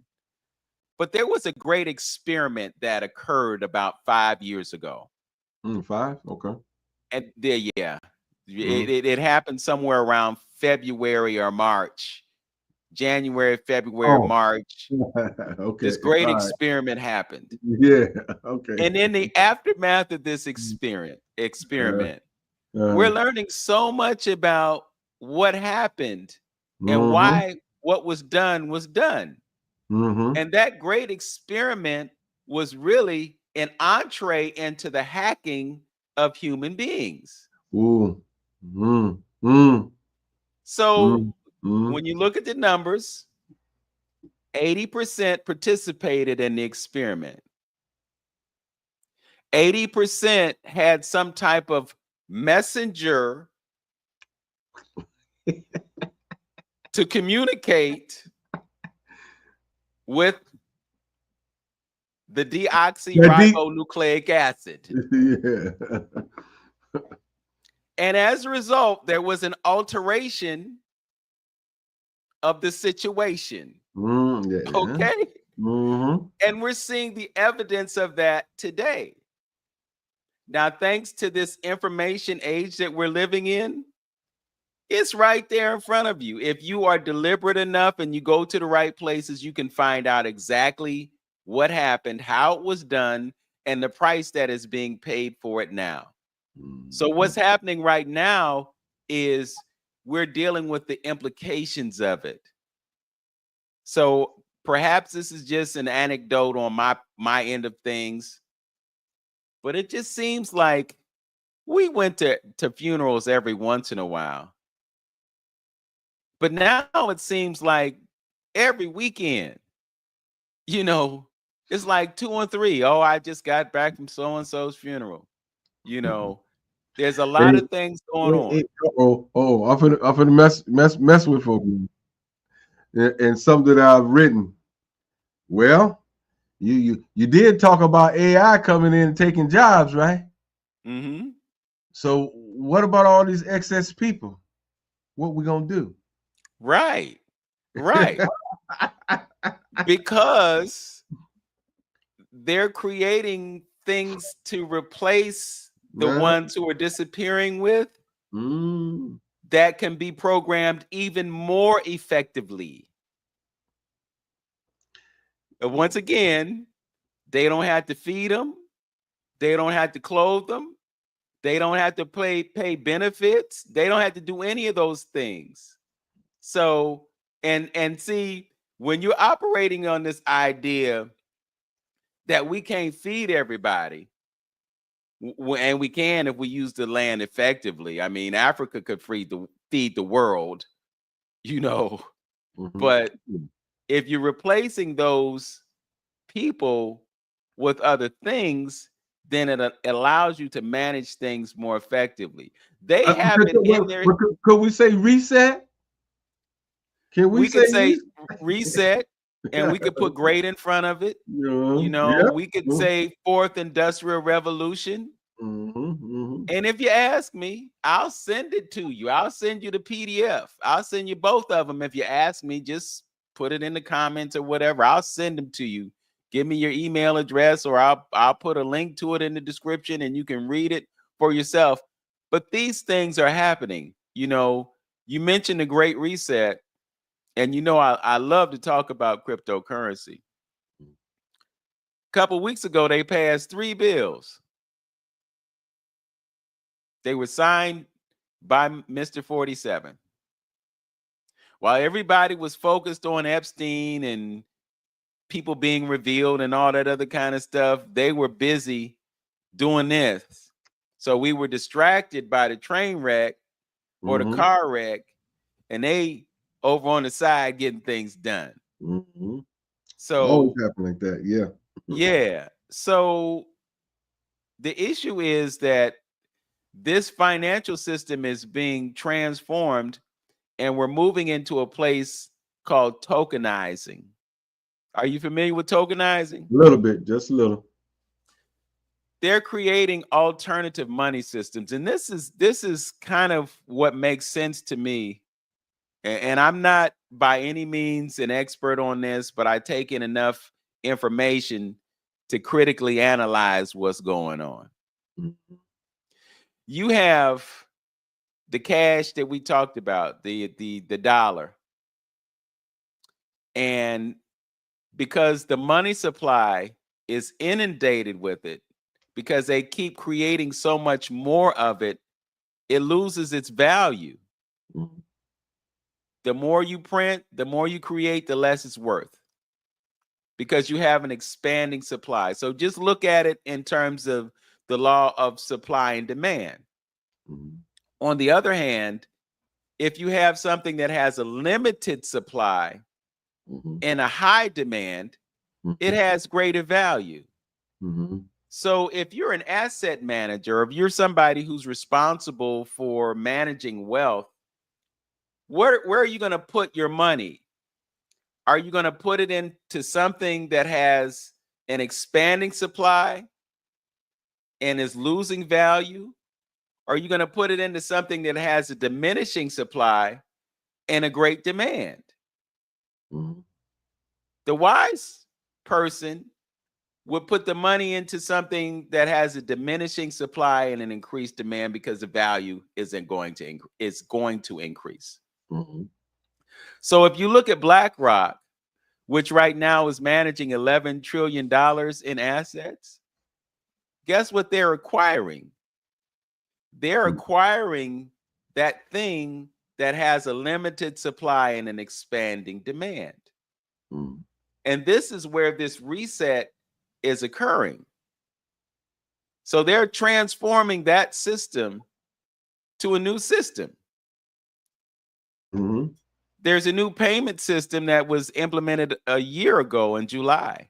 It's called FedNow. Mm-hmm. And so this is one of the things that they're going to be using as a part of this great reset. Mm-hmm. The other thing that's happening is that the United States has a Bitcoin collection.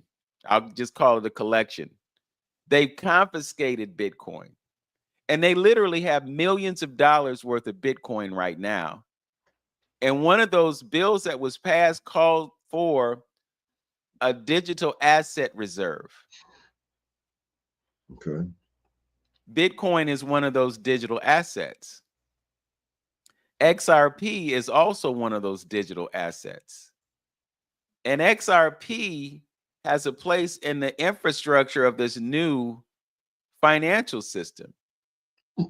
So we've talked about central bank digital currencies, and the Europeans are full steam ahead on central bank digital currencies. Well, guess what has a role in that? XRP has a role in that. Mm-hmm. Here in America, there's pushback on central bank digital currencies, but there's embracing stable coins. The stable coins are going to be backed by US treasuries, Okay. bonds. Mm-hmm. They will be backed by bonds, Mm-hmm. but they will also be subject to the same level of control and programmability to a certain extent. And I could No. be wrong about this, but they will be subject to the same level of control, or perhaps a similar level of control. Mm-hmm. So either way, the big money people still get their way. Mm-hmm. Okay. XRP is valued somewhere in the $3 range. It could be, 310, 315. It may have even dipped below $3. Mm-hmm. But because of the way this system is designed, it's only momentary. It's only a matter of time before this $3 token becomes a $100 token. Mm-hmm. So the great equalizer, if you understand how this works and you can acquire some, is you can buy it now that it's $3 and sell it when it gets to $100. Mm-hmm. And eventually, what's $100 down the road is going to be worth $1,000. Mm-hmm. And because you can keep it and pass it on, your grandchildren could have your XRP not when it's $3 a token, but when it's 1,000 a token. Mm-hmm. So if you bought 1,000 today and you look at 10 years from now, 15 years from now, that 1,000 tokens that you purchase could literally be worth millions. This Yeah. is this is one of the great equalizers. Now, what is happening right now is that we don't know anything about it and we don't want to have anything to do with it. But they do. And that's why they're working feverishly right now to accumulate and to acquire it. So I know folks be looking at me sideways when I mention these things to them, but this is the reality of things. And you best believe that Orange Man, even though he may not be the most intelligent person on earth, he's got people around him who know this. And they're creating a paradigm that will allow them to exploit this for the opportunity that lies in it. This is why we got to wake up and not just be sitting on the sidelines. You know, this is expressly the reason that we need to be looking into this and doing something now, because if you wait, it will be too late. And it's not about fear of missing out. You know, markets run on sentiment, you know, and usually by the time folks hear about something, the money has been made. You For know, sure. when they get in it, when they get on it, it's like, you know, everybody knows about Nvidia stock. Everybody knows about Microsoft. Everybody knows about Amazon stock and how pricey it is now. But if you heard about it when it was in its infancy and you bought it then, you'd be a rich man. Well, that's Yeah. where we are right now. Yeah, I mean it's all about trending, and that's always been the problem for us as a people. Never getting in really a good economic footing, you know, as a race of people. We always Johnny come lately. It reminds me of the African proverb that states that once the fool has learned the game, the players have dispersed. And we tend to always be in that thing. That's why I say, you know, and repeat as much as I do about Africa, because you know, if you're an investor, you know, you're looking at trends. You know, you're taking you look, you know, you're gonna have to take some risks if you're a true investor. But so you try to get as many indicators or positive indicators as much as you can before you invest into something. And then all you can do is just, you know, spin the wheel and hopefully that works out for you, you know, but you try to back it up as like with the brother that wrote Rich Dad Poor Dad, you know, try to get as much information as you can about anything that you're involved in. And so you can make an intelligent decision about some things. And that's how an investor works. And that's why I talk so much about Africa. You know, we may or may not, you know, God knows how much of of African Renaissance that we're going to see in our lifetime. But the point is, you know, when we get to the point of our age, you're supposed to start looking at the next generation that's coming up behind you. What are they going to build up? What legacy are you going to leave them? And that's the frame of mind that I'm in at this particular point. So see the trend, see the awakening of Africa. You know, we you know, I always used to do a joke is that we're not going to pay no attention to it until we see it on TV, booger the booger the booger the booger, and they dressed up and, you know, like they show Hawaii and stuff, and then all of a sudden, you know, hey baby, look like something going on over in Africa. Let's go over there and check it out. And at that time, all the oceanfront hotels, the resorts is all built up and everything. Here you come bringing your money, being a consumer again. You know, the motherland is the other land now, and that's why I got a problem with the FBAs, the Foundation of Black Americans. They're going to turn their back on all that action that is going on in Africa. And that's why I look at it almost as a conspiracy of ploy, because here we go, always trying to find ourselves. We back to what we're saying on what we call ourselves and what we are. That's why I wonder, is this another ploy to distract us from connecting with the motherland? Of course we were here. Of course, Black folks populated and civilized the world. Yes, we were here. But are you saying civilization started on this continent? Yeah. you know. So I'm saying all to say Africa is a worthy investment to look into.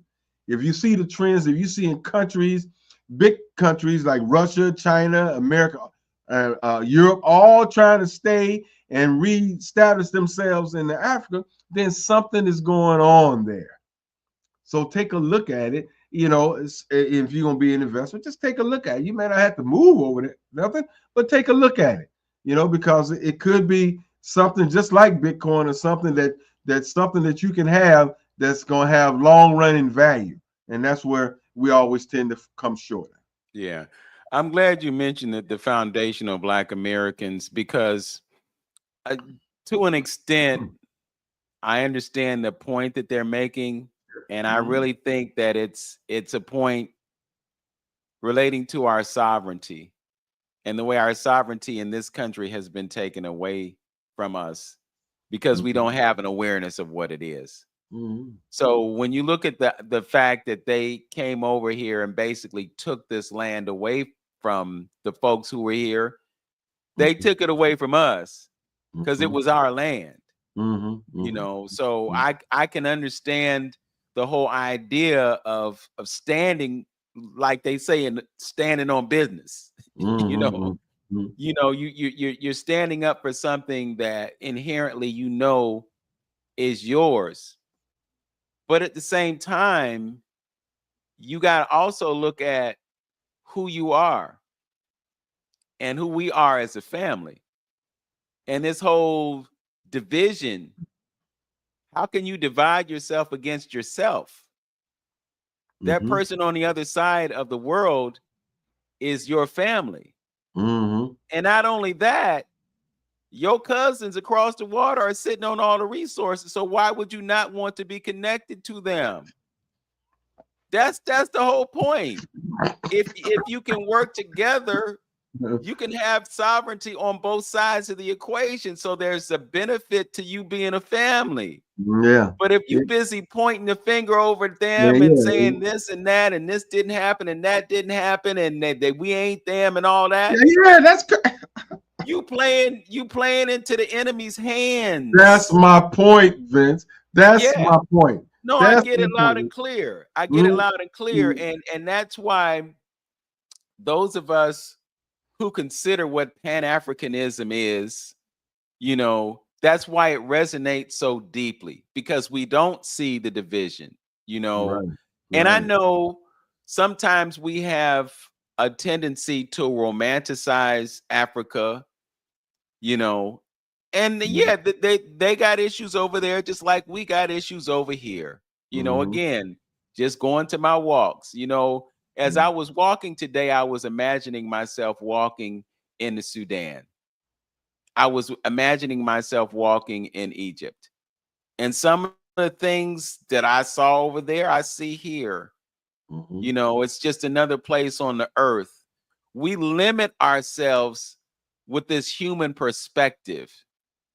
You know, if we're stardust and stars are out in the sky, then we have a connection to what's there.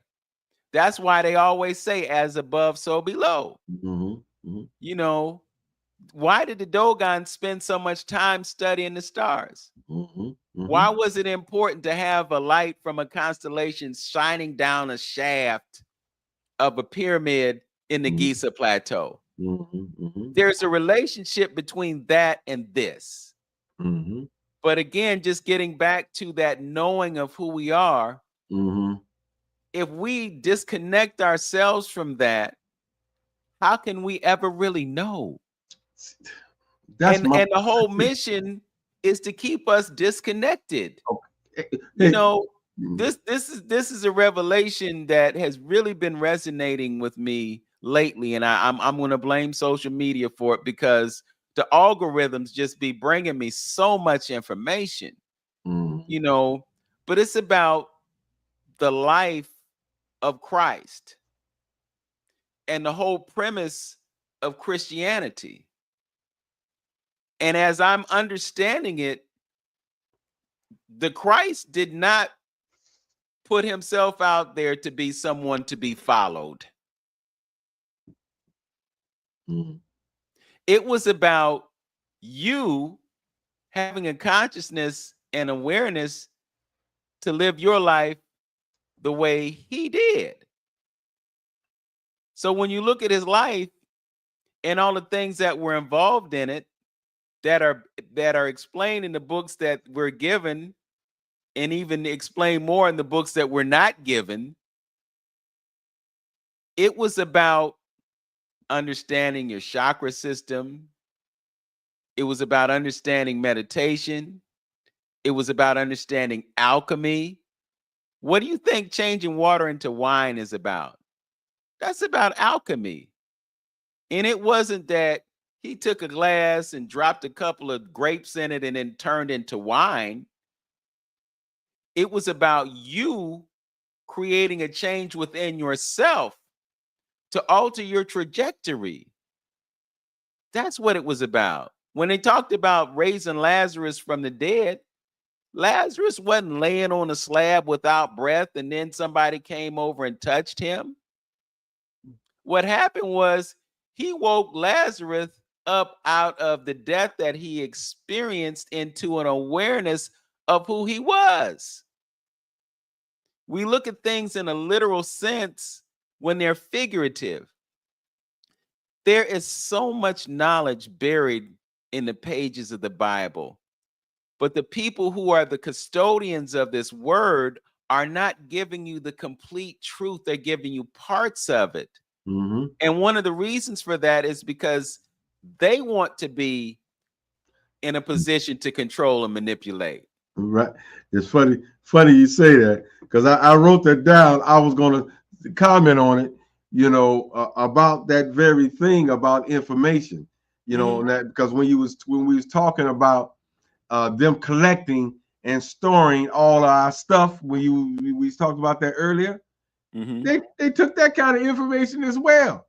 Yeah. And you wonder why they're doing so good, and that because they took our esoteric knowledge as well. They having these unseen laws working for them because they stole our stuff.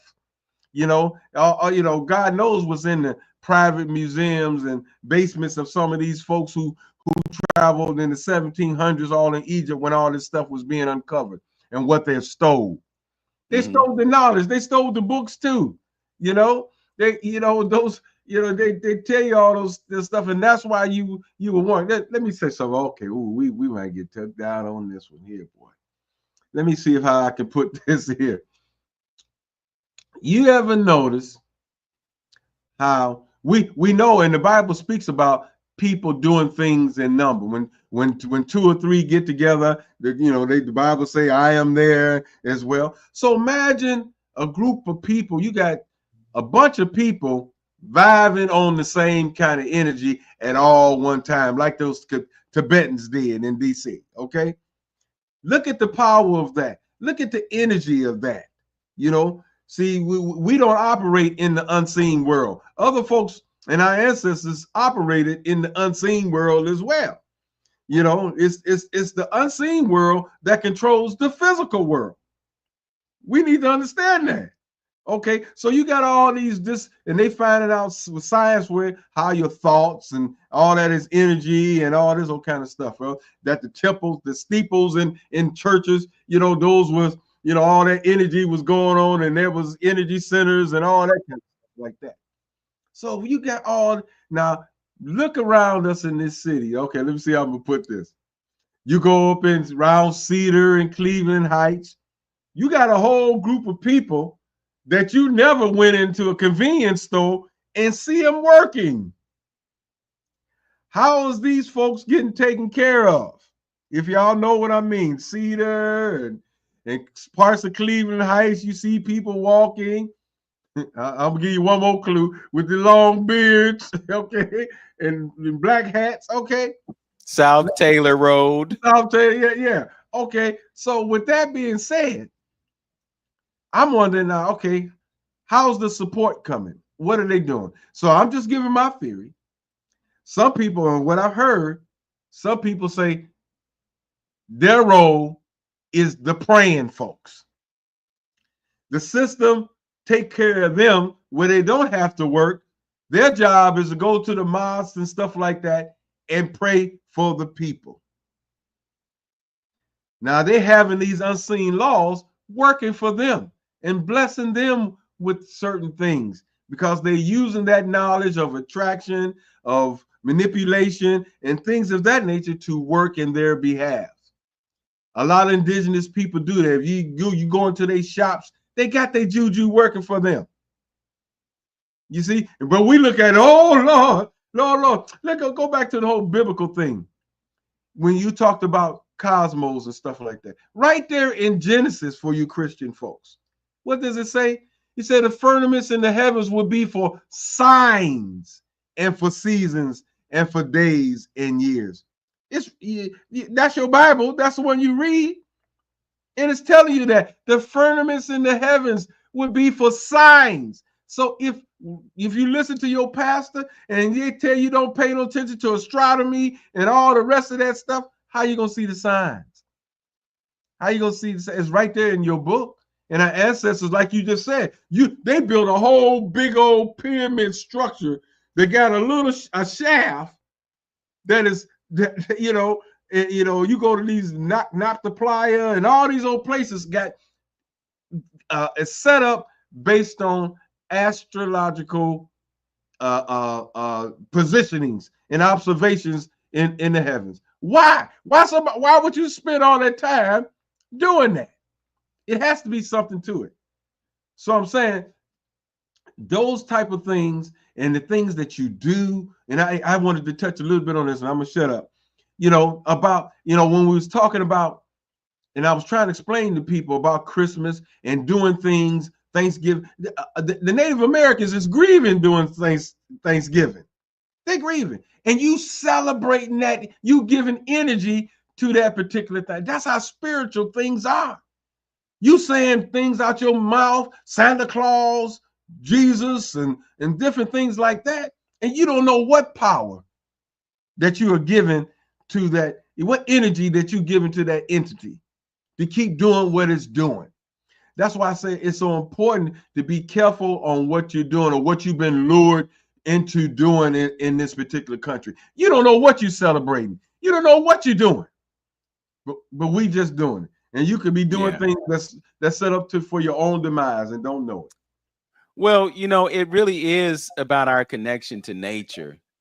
Yes. When you talk about December 21st, 22nd, 23rd, 24th, it's a cosmological phenomenon. Mm-hmm. And because we're not in tune with nature, we don't observe it the way that we should. Yes, sir. Yes, because sir. we're indoctrinated against it. Those days come, we out in the streets partying, filling ourselves up with stuff that's going to destroy the quality of our life. Yes. And what we should be doing is being introspective, fasting, setting our intentions for the coming year and looking back at the year that passed and figuring out what lessons there were to be learned so that we can have a successful year in the year to come. But we're not socialized to do that. What we're socialized to do is party, have a good time. Then December 31st, observe this beginning of a new year that really doesn't start until spring. Right. But, they altered the calendar. That's what the Gregorian calendar was all about. We used to observe life based on the cycles of the moon and the sun. Right. 28 days. Mm-hmm. So even this thing that we call time is an artificial construct. I mean, and they've screwed things up. So is it really Saturday? What does that mean? So the question is, though, Vince, with that being said, are you getting the full effect by doing things off kilter, out of rhythm, out of tune? You see what I'm saying? Or like I say again, what energy are you giving? Giving something. If you celebrating the coming of the new year in in December and January when you're supposed to be doing it in March, April, are you getting the full benefits of what you try, whatever it is that you're trying to do? Right. You know, Yeah. you're operating out of order. What I used to say about, when we dealt with the Creator, I used to say, look, God ain't sitting down there and looking at Lynn. Lynn, I see you looking at that girl not the right way. Oh, zap! I'm gonna make something happen to you. No, it's universal laws and principles that are running this planet. And if you continue to operate out of rhythm, you're gonna get spanked. You're gonna get spanked by them natural laws and principles that are governing things here. You live by the sword, you die by the sword. Every action there's a reaction. You put so much love and faith in the material thing, it's gonna let you down one day or another. Those are the things that we, and then it can get so personal, with you and your body, not sleeping in the right time. There's natural laws about sleep. While all the flowers close up at night, why the moon governs the night and the sun that's rhythm. That's a principle. And what happens when you operate out of it by working third shift jobs and all that? What you doing? You're tearing down the body. You out of rhythm. So you pay the price for being out of rhythm. There's a proper way to stand. There's a proper way to sit down. There's a proper time to eat certain foods that's better for you than it is other time. There's a proper time to mate with your mate. You know what I'm saying? Proper time of the day. There's a proper time. I mean, you shouldn't be eating and drinking at the same time. See, these are all laws, unseen laws. When you violate these laws, you get spanked. And then, but we sit there, well, Jesus won't put no more than what we can bear. I don't know why all this bad stuff is happening to you. You operating out of order. You bring in some of those things. Some of those things is those negativities are gravitating to you because you pulling them in because you're operating in the wrong state of mind. Yeah, you're absolutely right. I couldn't agree more. It's really about being in tune with nature, Yes. and operating under the correct cycles, you know. Yes. Yes. And That's important what it's you just sad, said. bro, Yeah. because I Yeah. look around Mhm. and I see people in wheelchairs and pushing these little strollers, and then you go to the supermarket and you see people lean on. Have you seen that? They lean on the shopping cart and Yeah, they're because they can't pushing the stand straight cart up. with Yeah. their low arms, Yeah. and it's like you just preparing yourself for osteoporosis. Mm-hmm. So at some point, if you don't do certain things, the body breaks down. I watched a video today of this man that was 75 years old and he dropped down to the ground and he did push-ups and all kind of stuff. It's very rare that you see somebody that advanced in age with that level of physicality. But his point was, this is my body and I'm going to take care of it. And you have to make the effort. It's really about having a certain level of discipline. And we live in the pill popping society where, we think the pill is the answer to everything, but the pill is not a replacement for exercise. Mm-hmm. If you don't use your body, this is just a natural process of evolution. If you don't use your body in certain ways, you lose your ability to use it. Mm-hmm. So if you're not walking, then you end up in the wheelchair. Your muscles atrophy. Mm-hmm. Yeah, Mm-hmm. they atrophy. So if you're not Mm-hmm. doing things to affect your body, again, blame the algorithms. I get Tai Chi exercises every day. Mm-hmm. And I'm like, okay, well, if I can do this, then it's going to mean that I'm using my body in a certain way and there's going to be a benefit. And it's not that complicated. You could just raise your arms up over your head, bring your arms back down. Just doing this, or you could do this. I can't do it because my range of motion is limited by this equipment. But there are just certain ways that you can move your body. You're going to get a benefit. But how many of us take the time to use our bodies a certain way? What do? We get up in the morning, we put a pot of coffee on the stove. to quote Dr. Layla Africa, we take some egg embryos and some pig guts and all these other kinds of things, you know. But where's the exercise in that? Did you take time to just walk around the block? No. You sit in a chair all day. You sit behind a desk.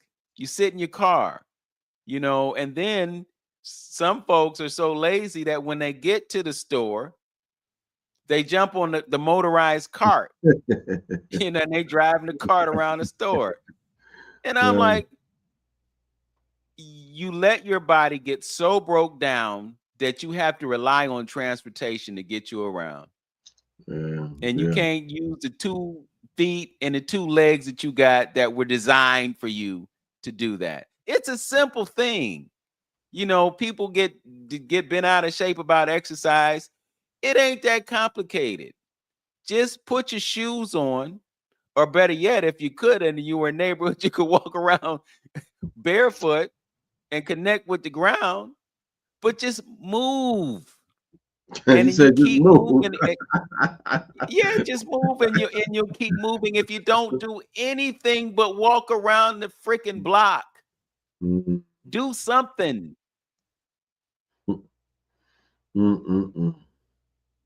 That's all I'm saying. Just do something, and you will find a benefit, a great benefit. I have a former neighbor.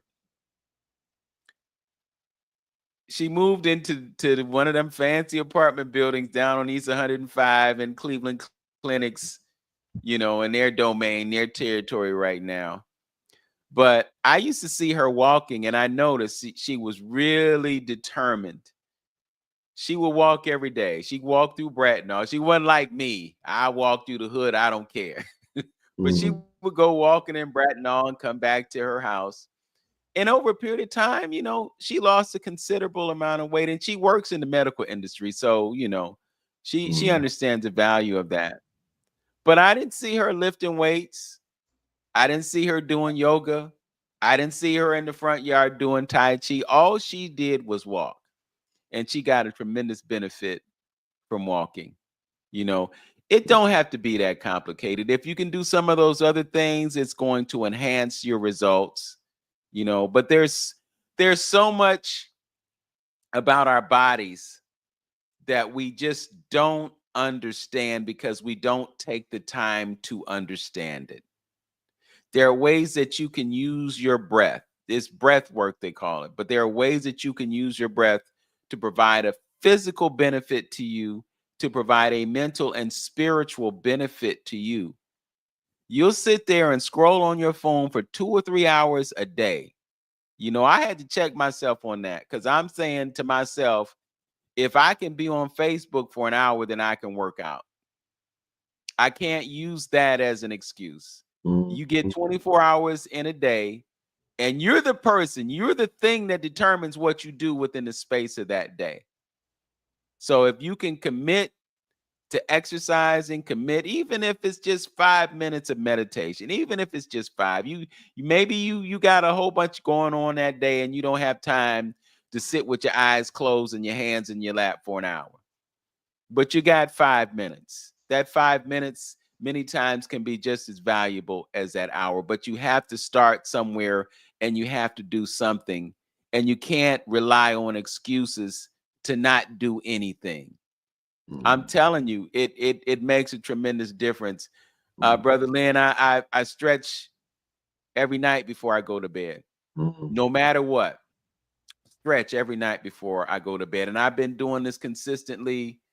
What is it? August. I know I was doing it in April. I've been doing it almost since the beginning of the year.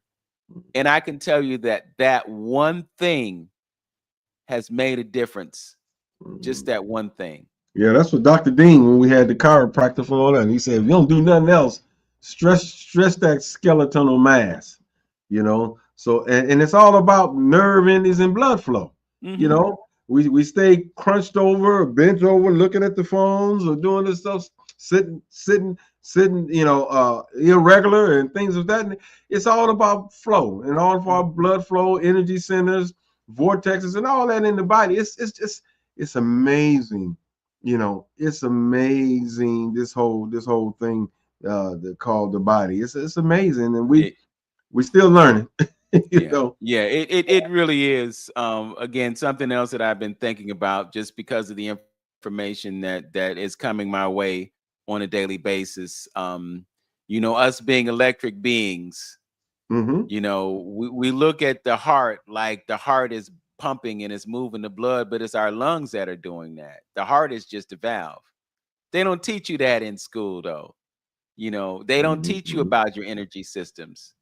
They don't teach you about energy harvesting. We touched on that a little bit earlier when you're talking about the church and the steeple and all Yeah, of yeah. that. Right, A right, lot right, of right. these buildings that were magnificently designed by Moors, they were also operating to harness energy. Mm-hmm. Yeah. And now what they're doing in a broad sense is harvesting our energy through different things.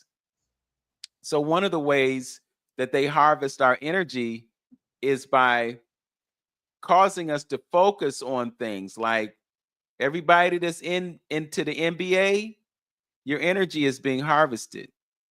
Everybody that's into, Hollywood and all of that, your energy is being harvested. When you go to the theater and you fix your eyes on that screen and they give you what they give you, your energy is being harvested. Mm-hmm. And we're not conscious, we're not aware of it. We look at entertainment and we look at it as a light thing. Oh, I'm just being entertained. No, It's a you being program. mind Yeah, manipulated. you hit program. See, it comes to, and we're closing a little bit, but it comes to the point. I really think, you know, Tesla said it. If we want to know more about God or whatever, I think he said God, but studying frequencies, vibrations, and things like that, and understand and to begin the journey of higher consciousness, I think it's understanding, like what you said earlier, that everything is electrical. Everything is electrical. If you start venturing down that path, I think it would bring you enlightenment. Because when we start talking about energy centers and energy harvesting, why is it? Ask yourself a question. Why is it just by the shape of a pyramid? If they did the experiments where you put food under the pyramid and it lasts longer and all. Why? Ask yourself a question. Why? That symmetrical shape is doing something to encapsulate those ions in that energy field, and it's causing that whatever is under it to interact with that, and it's doing something. I can't give you the whole scientific definition on what's happening, but it's happening. So that's letting you know just shapes alone causes certain things to happen as far as energy is concerned. That's amazing. Yeah. So there's a whole unexplored world that is going on, that is happening, that is interacting with us as beings that we don't have no idea, and we have lost that knowledge and don't know. Why it ain't by chance that you sit up here and before you eat, pray over that. I mean, it just come customary. We think it's all just giving honor. Thank you. I thank you for this food and stuff. You changing the energy dynamics of that food by putting some your own thoughts and prayer over that food. You changing, and I'm saying that to say, folks, that's how deep this thing called life is. That's why it's so important, like what you said earlier, Vin, to get back to nature. If you wanted some answers to some of this thing called life that we're on, or you want some answers to this thing that we refer to as God, study nature. African brothers, we tend to look at it over here as that God created nature. our African brothers say God is nature.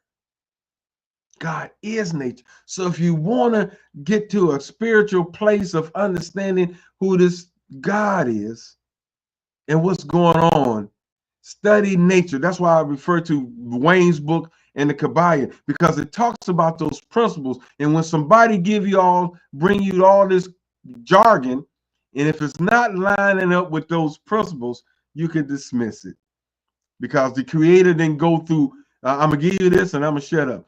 The creator didn't go through all of what he's did and created based on that male and female principle.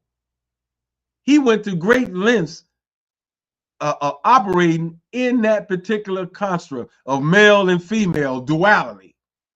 He broke it down all the way down to the cell of this duality, male and female. But then you're gonna go and talk about some things that is out of that order and say it's valid. No, you got a father, you got a son, but there's no female principle to this equation here, this three-part harmony.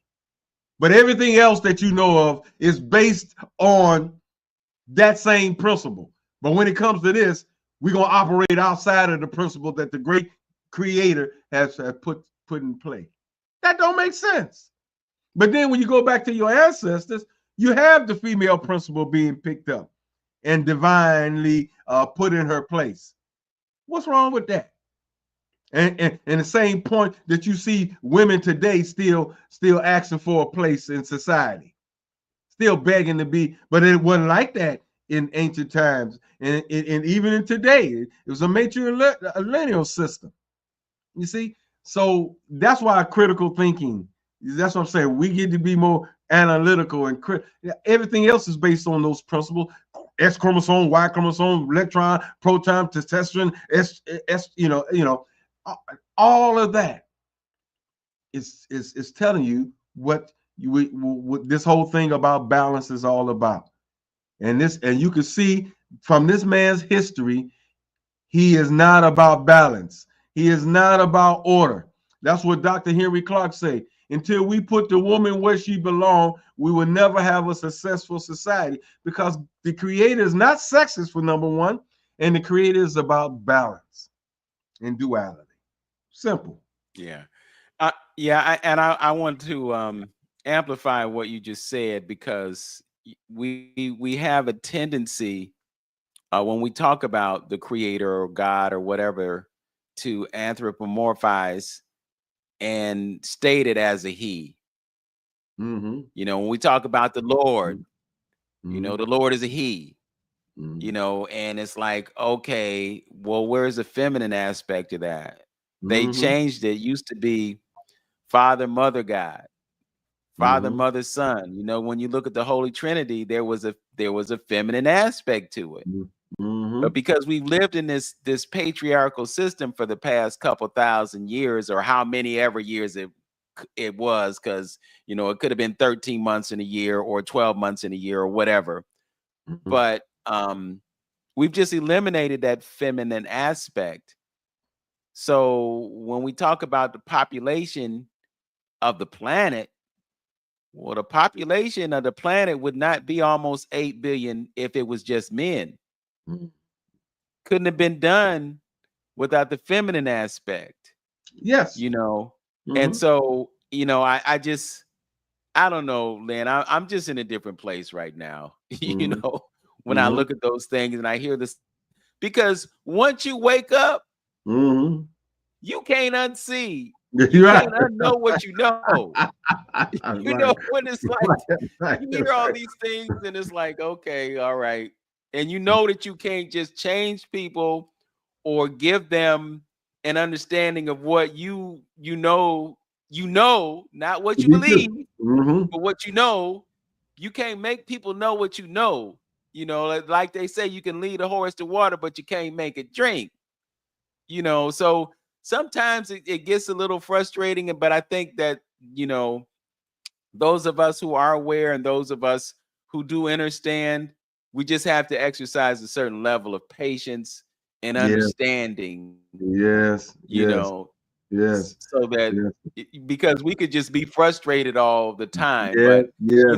Yes. the bottom Mm-hmm. line is that you just have to do what you can do, live in your purpose, and And let the contribute light shine and as you succeed. can. Live by example. Would you say that? That Live by too. example.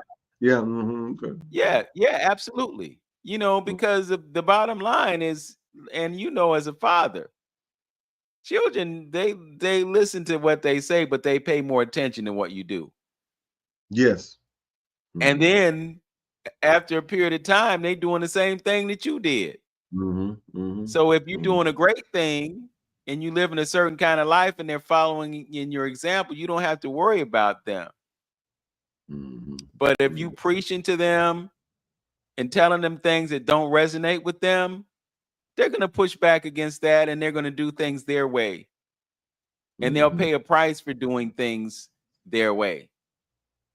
So yeah, I think it's really important to lead by example. So, you know, um if they are replicating behavior that serves the community, then they'll Yes. be serving the Yeah, community yeah, too. absolutely. Right on, brother. Yes, absolutely.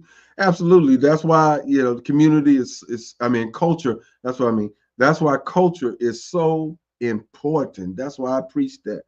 That seven-letter word, that's it, man. That's the glue. Because Yeah. all it is an indoctrination. All of it Hmm. is everything you're doing when you go to school is an indoctrination. It's just a matter of who's indoctrinating you through whose world, whose lenses is that the indoctrination is coming from. That's the question. And I'm saying what this Yeah. indoctrination that we got over here is not working for us. It's not in our best interest, this type of indoctrination. And it definitely takes us from nature and understanding and believing in nature because they think nature is all dead in a sense. The trees, they can go cut, they can go this and pollute the air, the water, whatever. So they don't respect nature. And that ain't in the best interest of being godly and spiritual. It's not. Yeah. And I'll take it a step further, and I'm not going to generalize or overgeneralize and say all churches. Mm. But that same indoctrination that happens in the school happens in the church. Yeah. Mm-hmm. And that's where the danger of it is. There are pastors who bring truth to their congregants, but the real truth is that you are the church. Mm-hmm. That's the real truth. That's the real truth. You are the church. And the Mm-hmm. real truth is that truth lives within you. Mm-hmm. So that Mm-hmm. you don't have to look outside yourself to find the truth. The truth is in you. Mm-hmm. That thing that speaks to you that tells you something is right or something is wrong. Mm-hmm. You don't need somebody to tell you that knocking somebody over the head and taking their wallet is wrong. Mm-hmm. In your heart and in your soul, in your mind, your body, and spirit, that it's wrong. Mm-hmm. But you do it for whatever reason that you can use to justify, Mm-hmm. But you know the difference between right and wrong. Mm-hmm. Children, they know the difference sometimes between right and wrong. Mm-hmm. And they're operating on a more spiritual level than many of us who have been desensitized to our own spirituality. But Mm-hmm. everybody has an ability within themselves to distinguish between Hey, right or wrong for sure. if Mm-hmm. they have a soul inhabiting their Ooh. physical being. Okay. Yeah, and for the spiritual Christian people, that what he just said, you can verify that in Jeremiah 31:31. Then he said, I will put my law in man's inward parts. So you would know. You know the law. The law is inside of you. When what's right and what's wrong. When the spirit, you would feel it. You know it. You know Yeah. it. Yeah. Yeah. Yeah, So brother. in the immortal words of Spike Lee, do the right thing. Yeah, yeah, I hear you, brother. Yes, All right, well, indeed. we don't talked up a couple hours here. Well, Yes, but sir. yeah, ain't no Uh, problem. That's good. Well, sometimes it's good, to get some things, out of your off your out of your spirit and things that you might want to say. So that's a beautiful thing. So when we're able to chop it up and talk a little bit, and because we constantly, like you said, your algorithm is giving you things all the time. Same with mine. You're coming up with more and more information. So it's good for us to get a chance to vent a little bit and bring some things to the forefront. We discussed a lot of things today, in a lot of areas, so we hope that you guys got some out of it, and do some research and do some homework, and if I had to say anything, understand, in closing, understand that this is all electrical here. Everything is electrical. You're an electrical body. And understand it's the unseen world that controls the physical world. Before something can happen to you in the physical world, it has to happen to you in the spiritual world first. Biblically, it talks about the unseen controlling the seen. So put that in science, that the things that are around you that you can't see can be manipulated to help you in this physical realm. So when you start operating like that, then I think you're closer to the creator. You're closer to your God consciousness and who you are as a person, as people, So Yeah. that's what I had to say. Yeah, and if I could, and I know we're closing, but I just want to amplify what you just said about the unseen, because all this radiation that we're swimming in, you can't see it, but it's affecting you. That's right. And they're programming it in such a way that it can affect your memory, it can affect your bodily function, a lot of different things that they're doing in full awareness. I want to say 6G is not going to be good. Yeah. And I remember when we were still in the 4G world talking about the 5G world. You remember? And they were selling us on how things were going to be so much faster and everything. Is it really faster?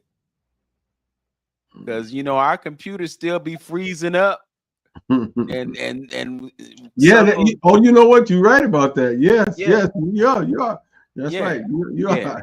Yeah. So yeah, we're electric beings, and we're swimming in electromagnetic radiation, and it's intended to do specific things. And unless you're knowledgeable and aware, and you can do things like get something like this, or get some things that remove metals from your body, because the metals interact on an electromagnetic basis. That's why these things that we can't see are floating in the air and affecting us, But the antidote to all of that is how we close. Know yourself, love yourself, be yourself. There it is. That's simple. Okay. Yes. Yes. So with that, we'd like to thank you for joining us, and we'll look forward to the next installment of 360 Info Network. And we appreciate you being with us today. And again, we'll look forward to the next time. Peace, everyone. Peace. Peace.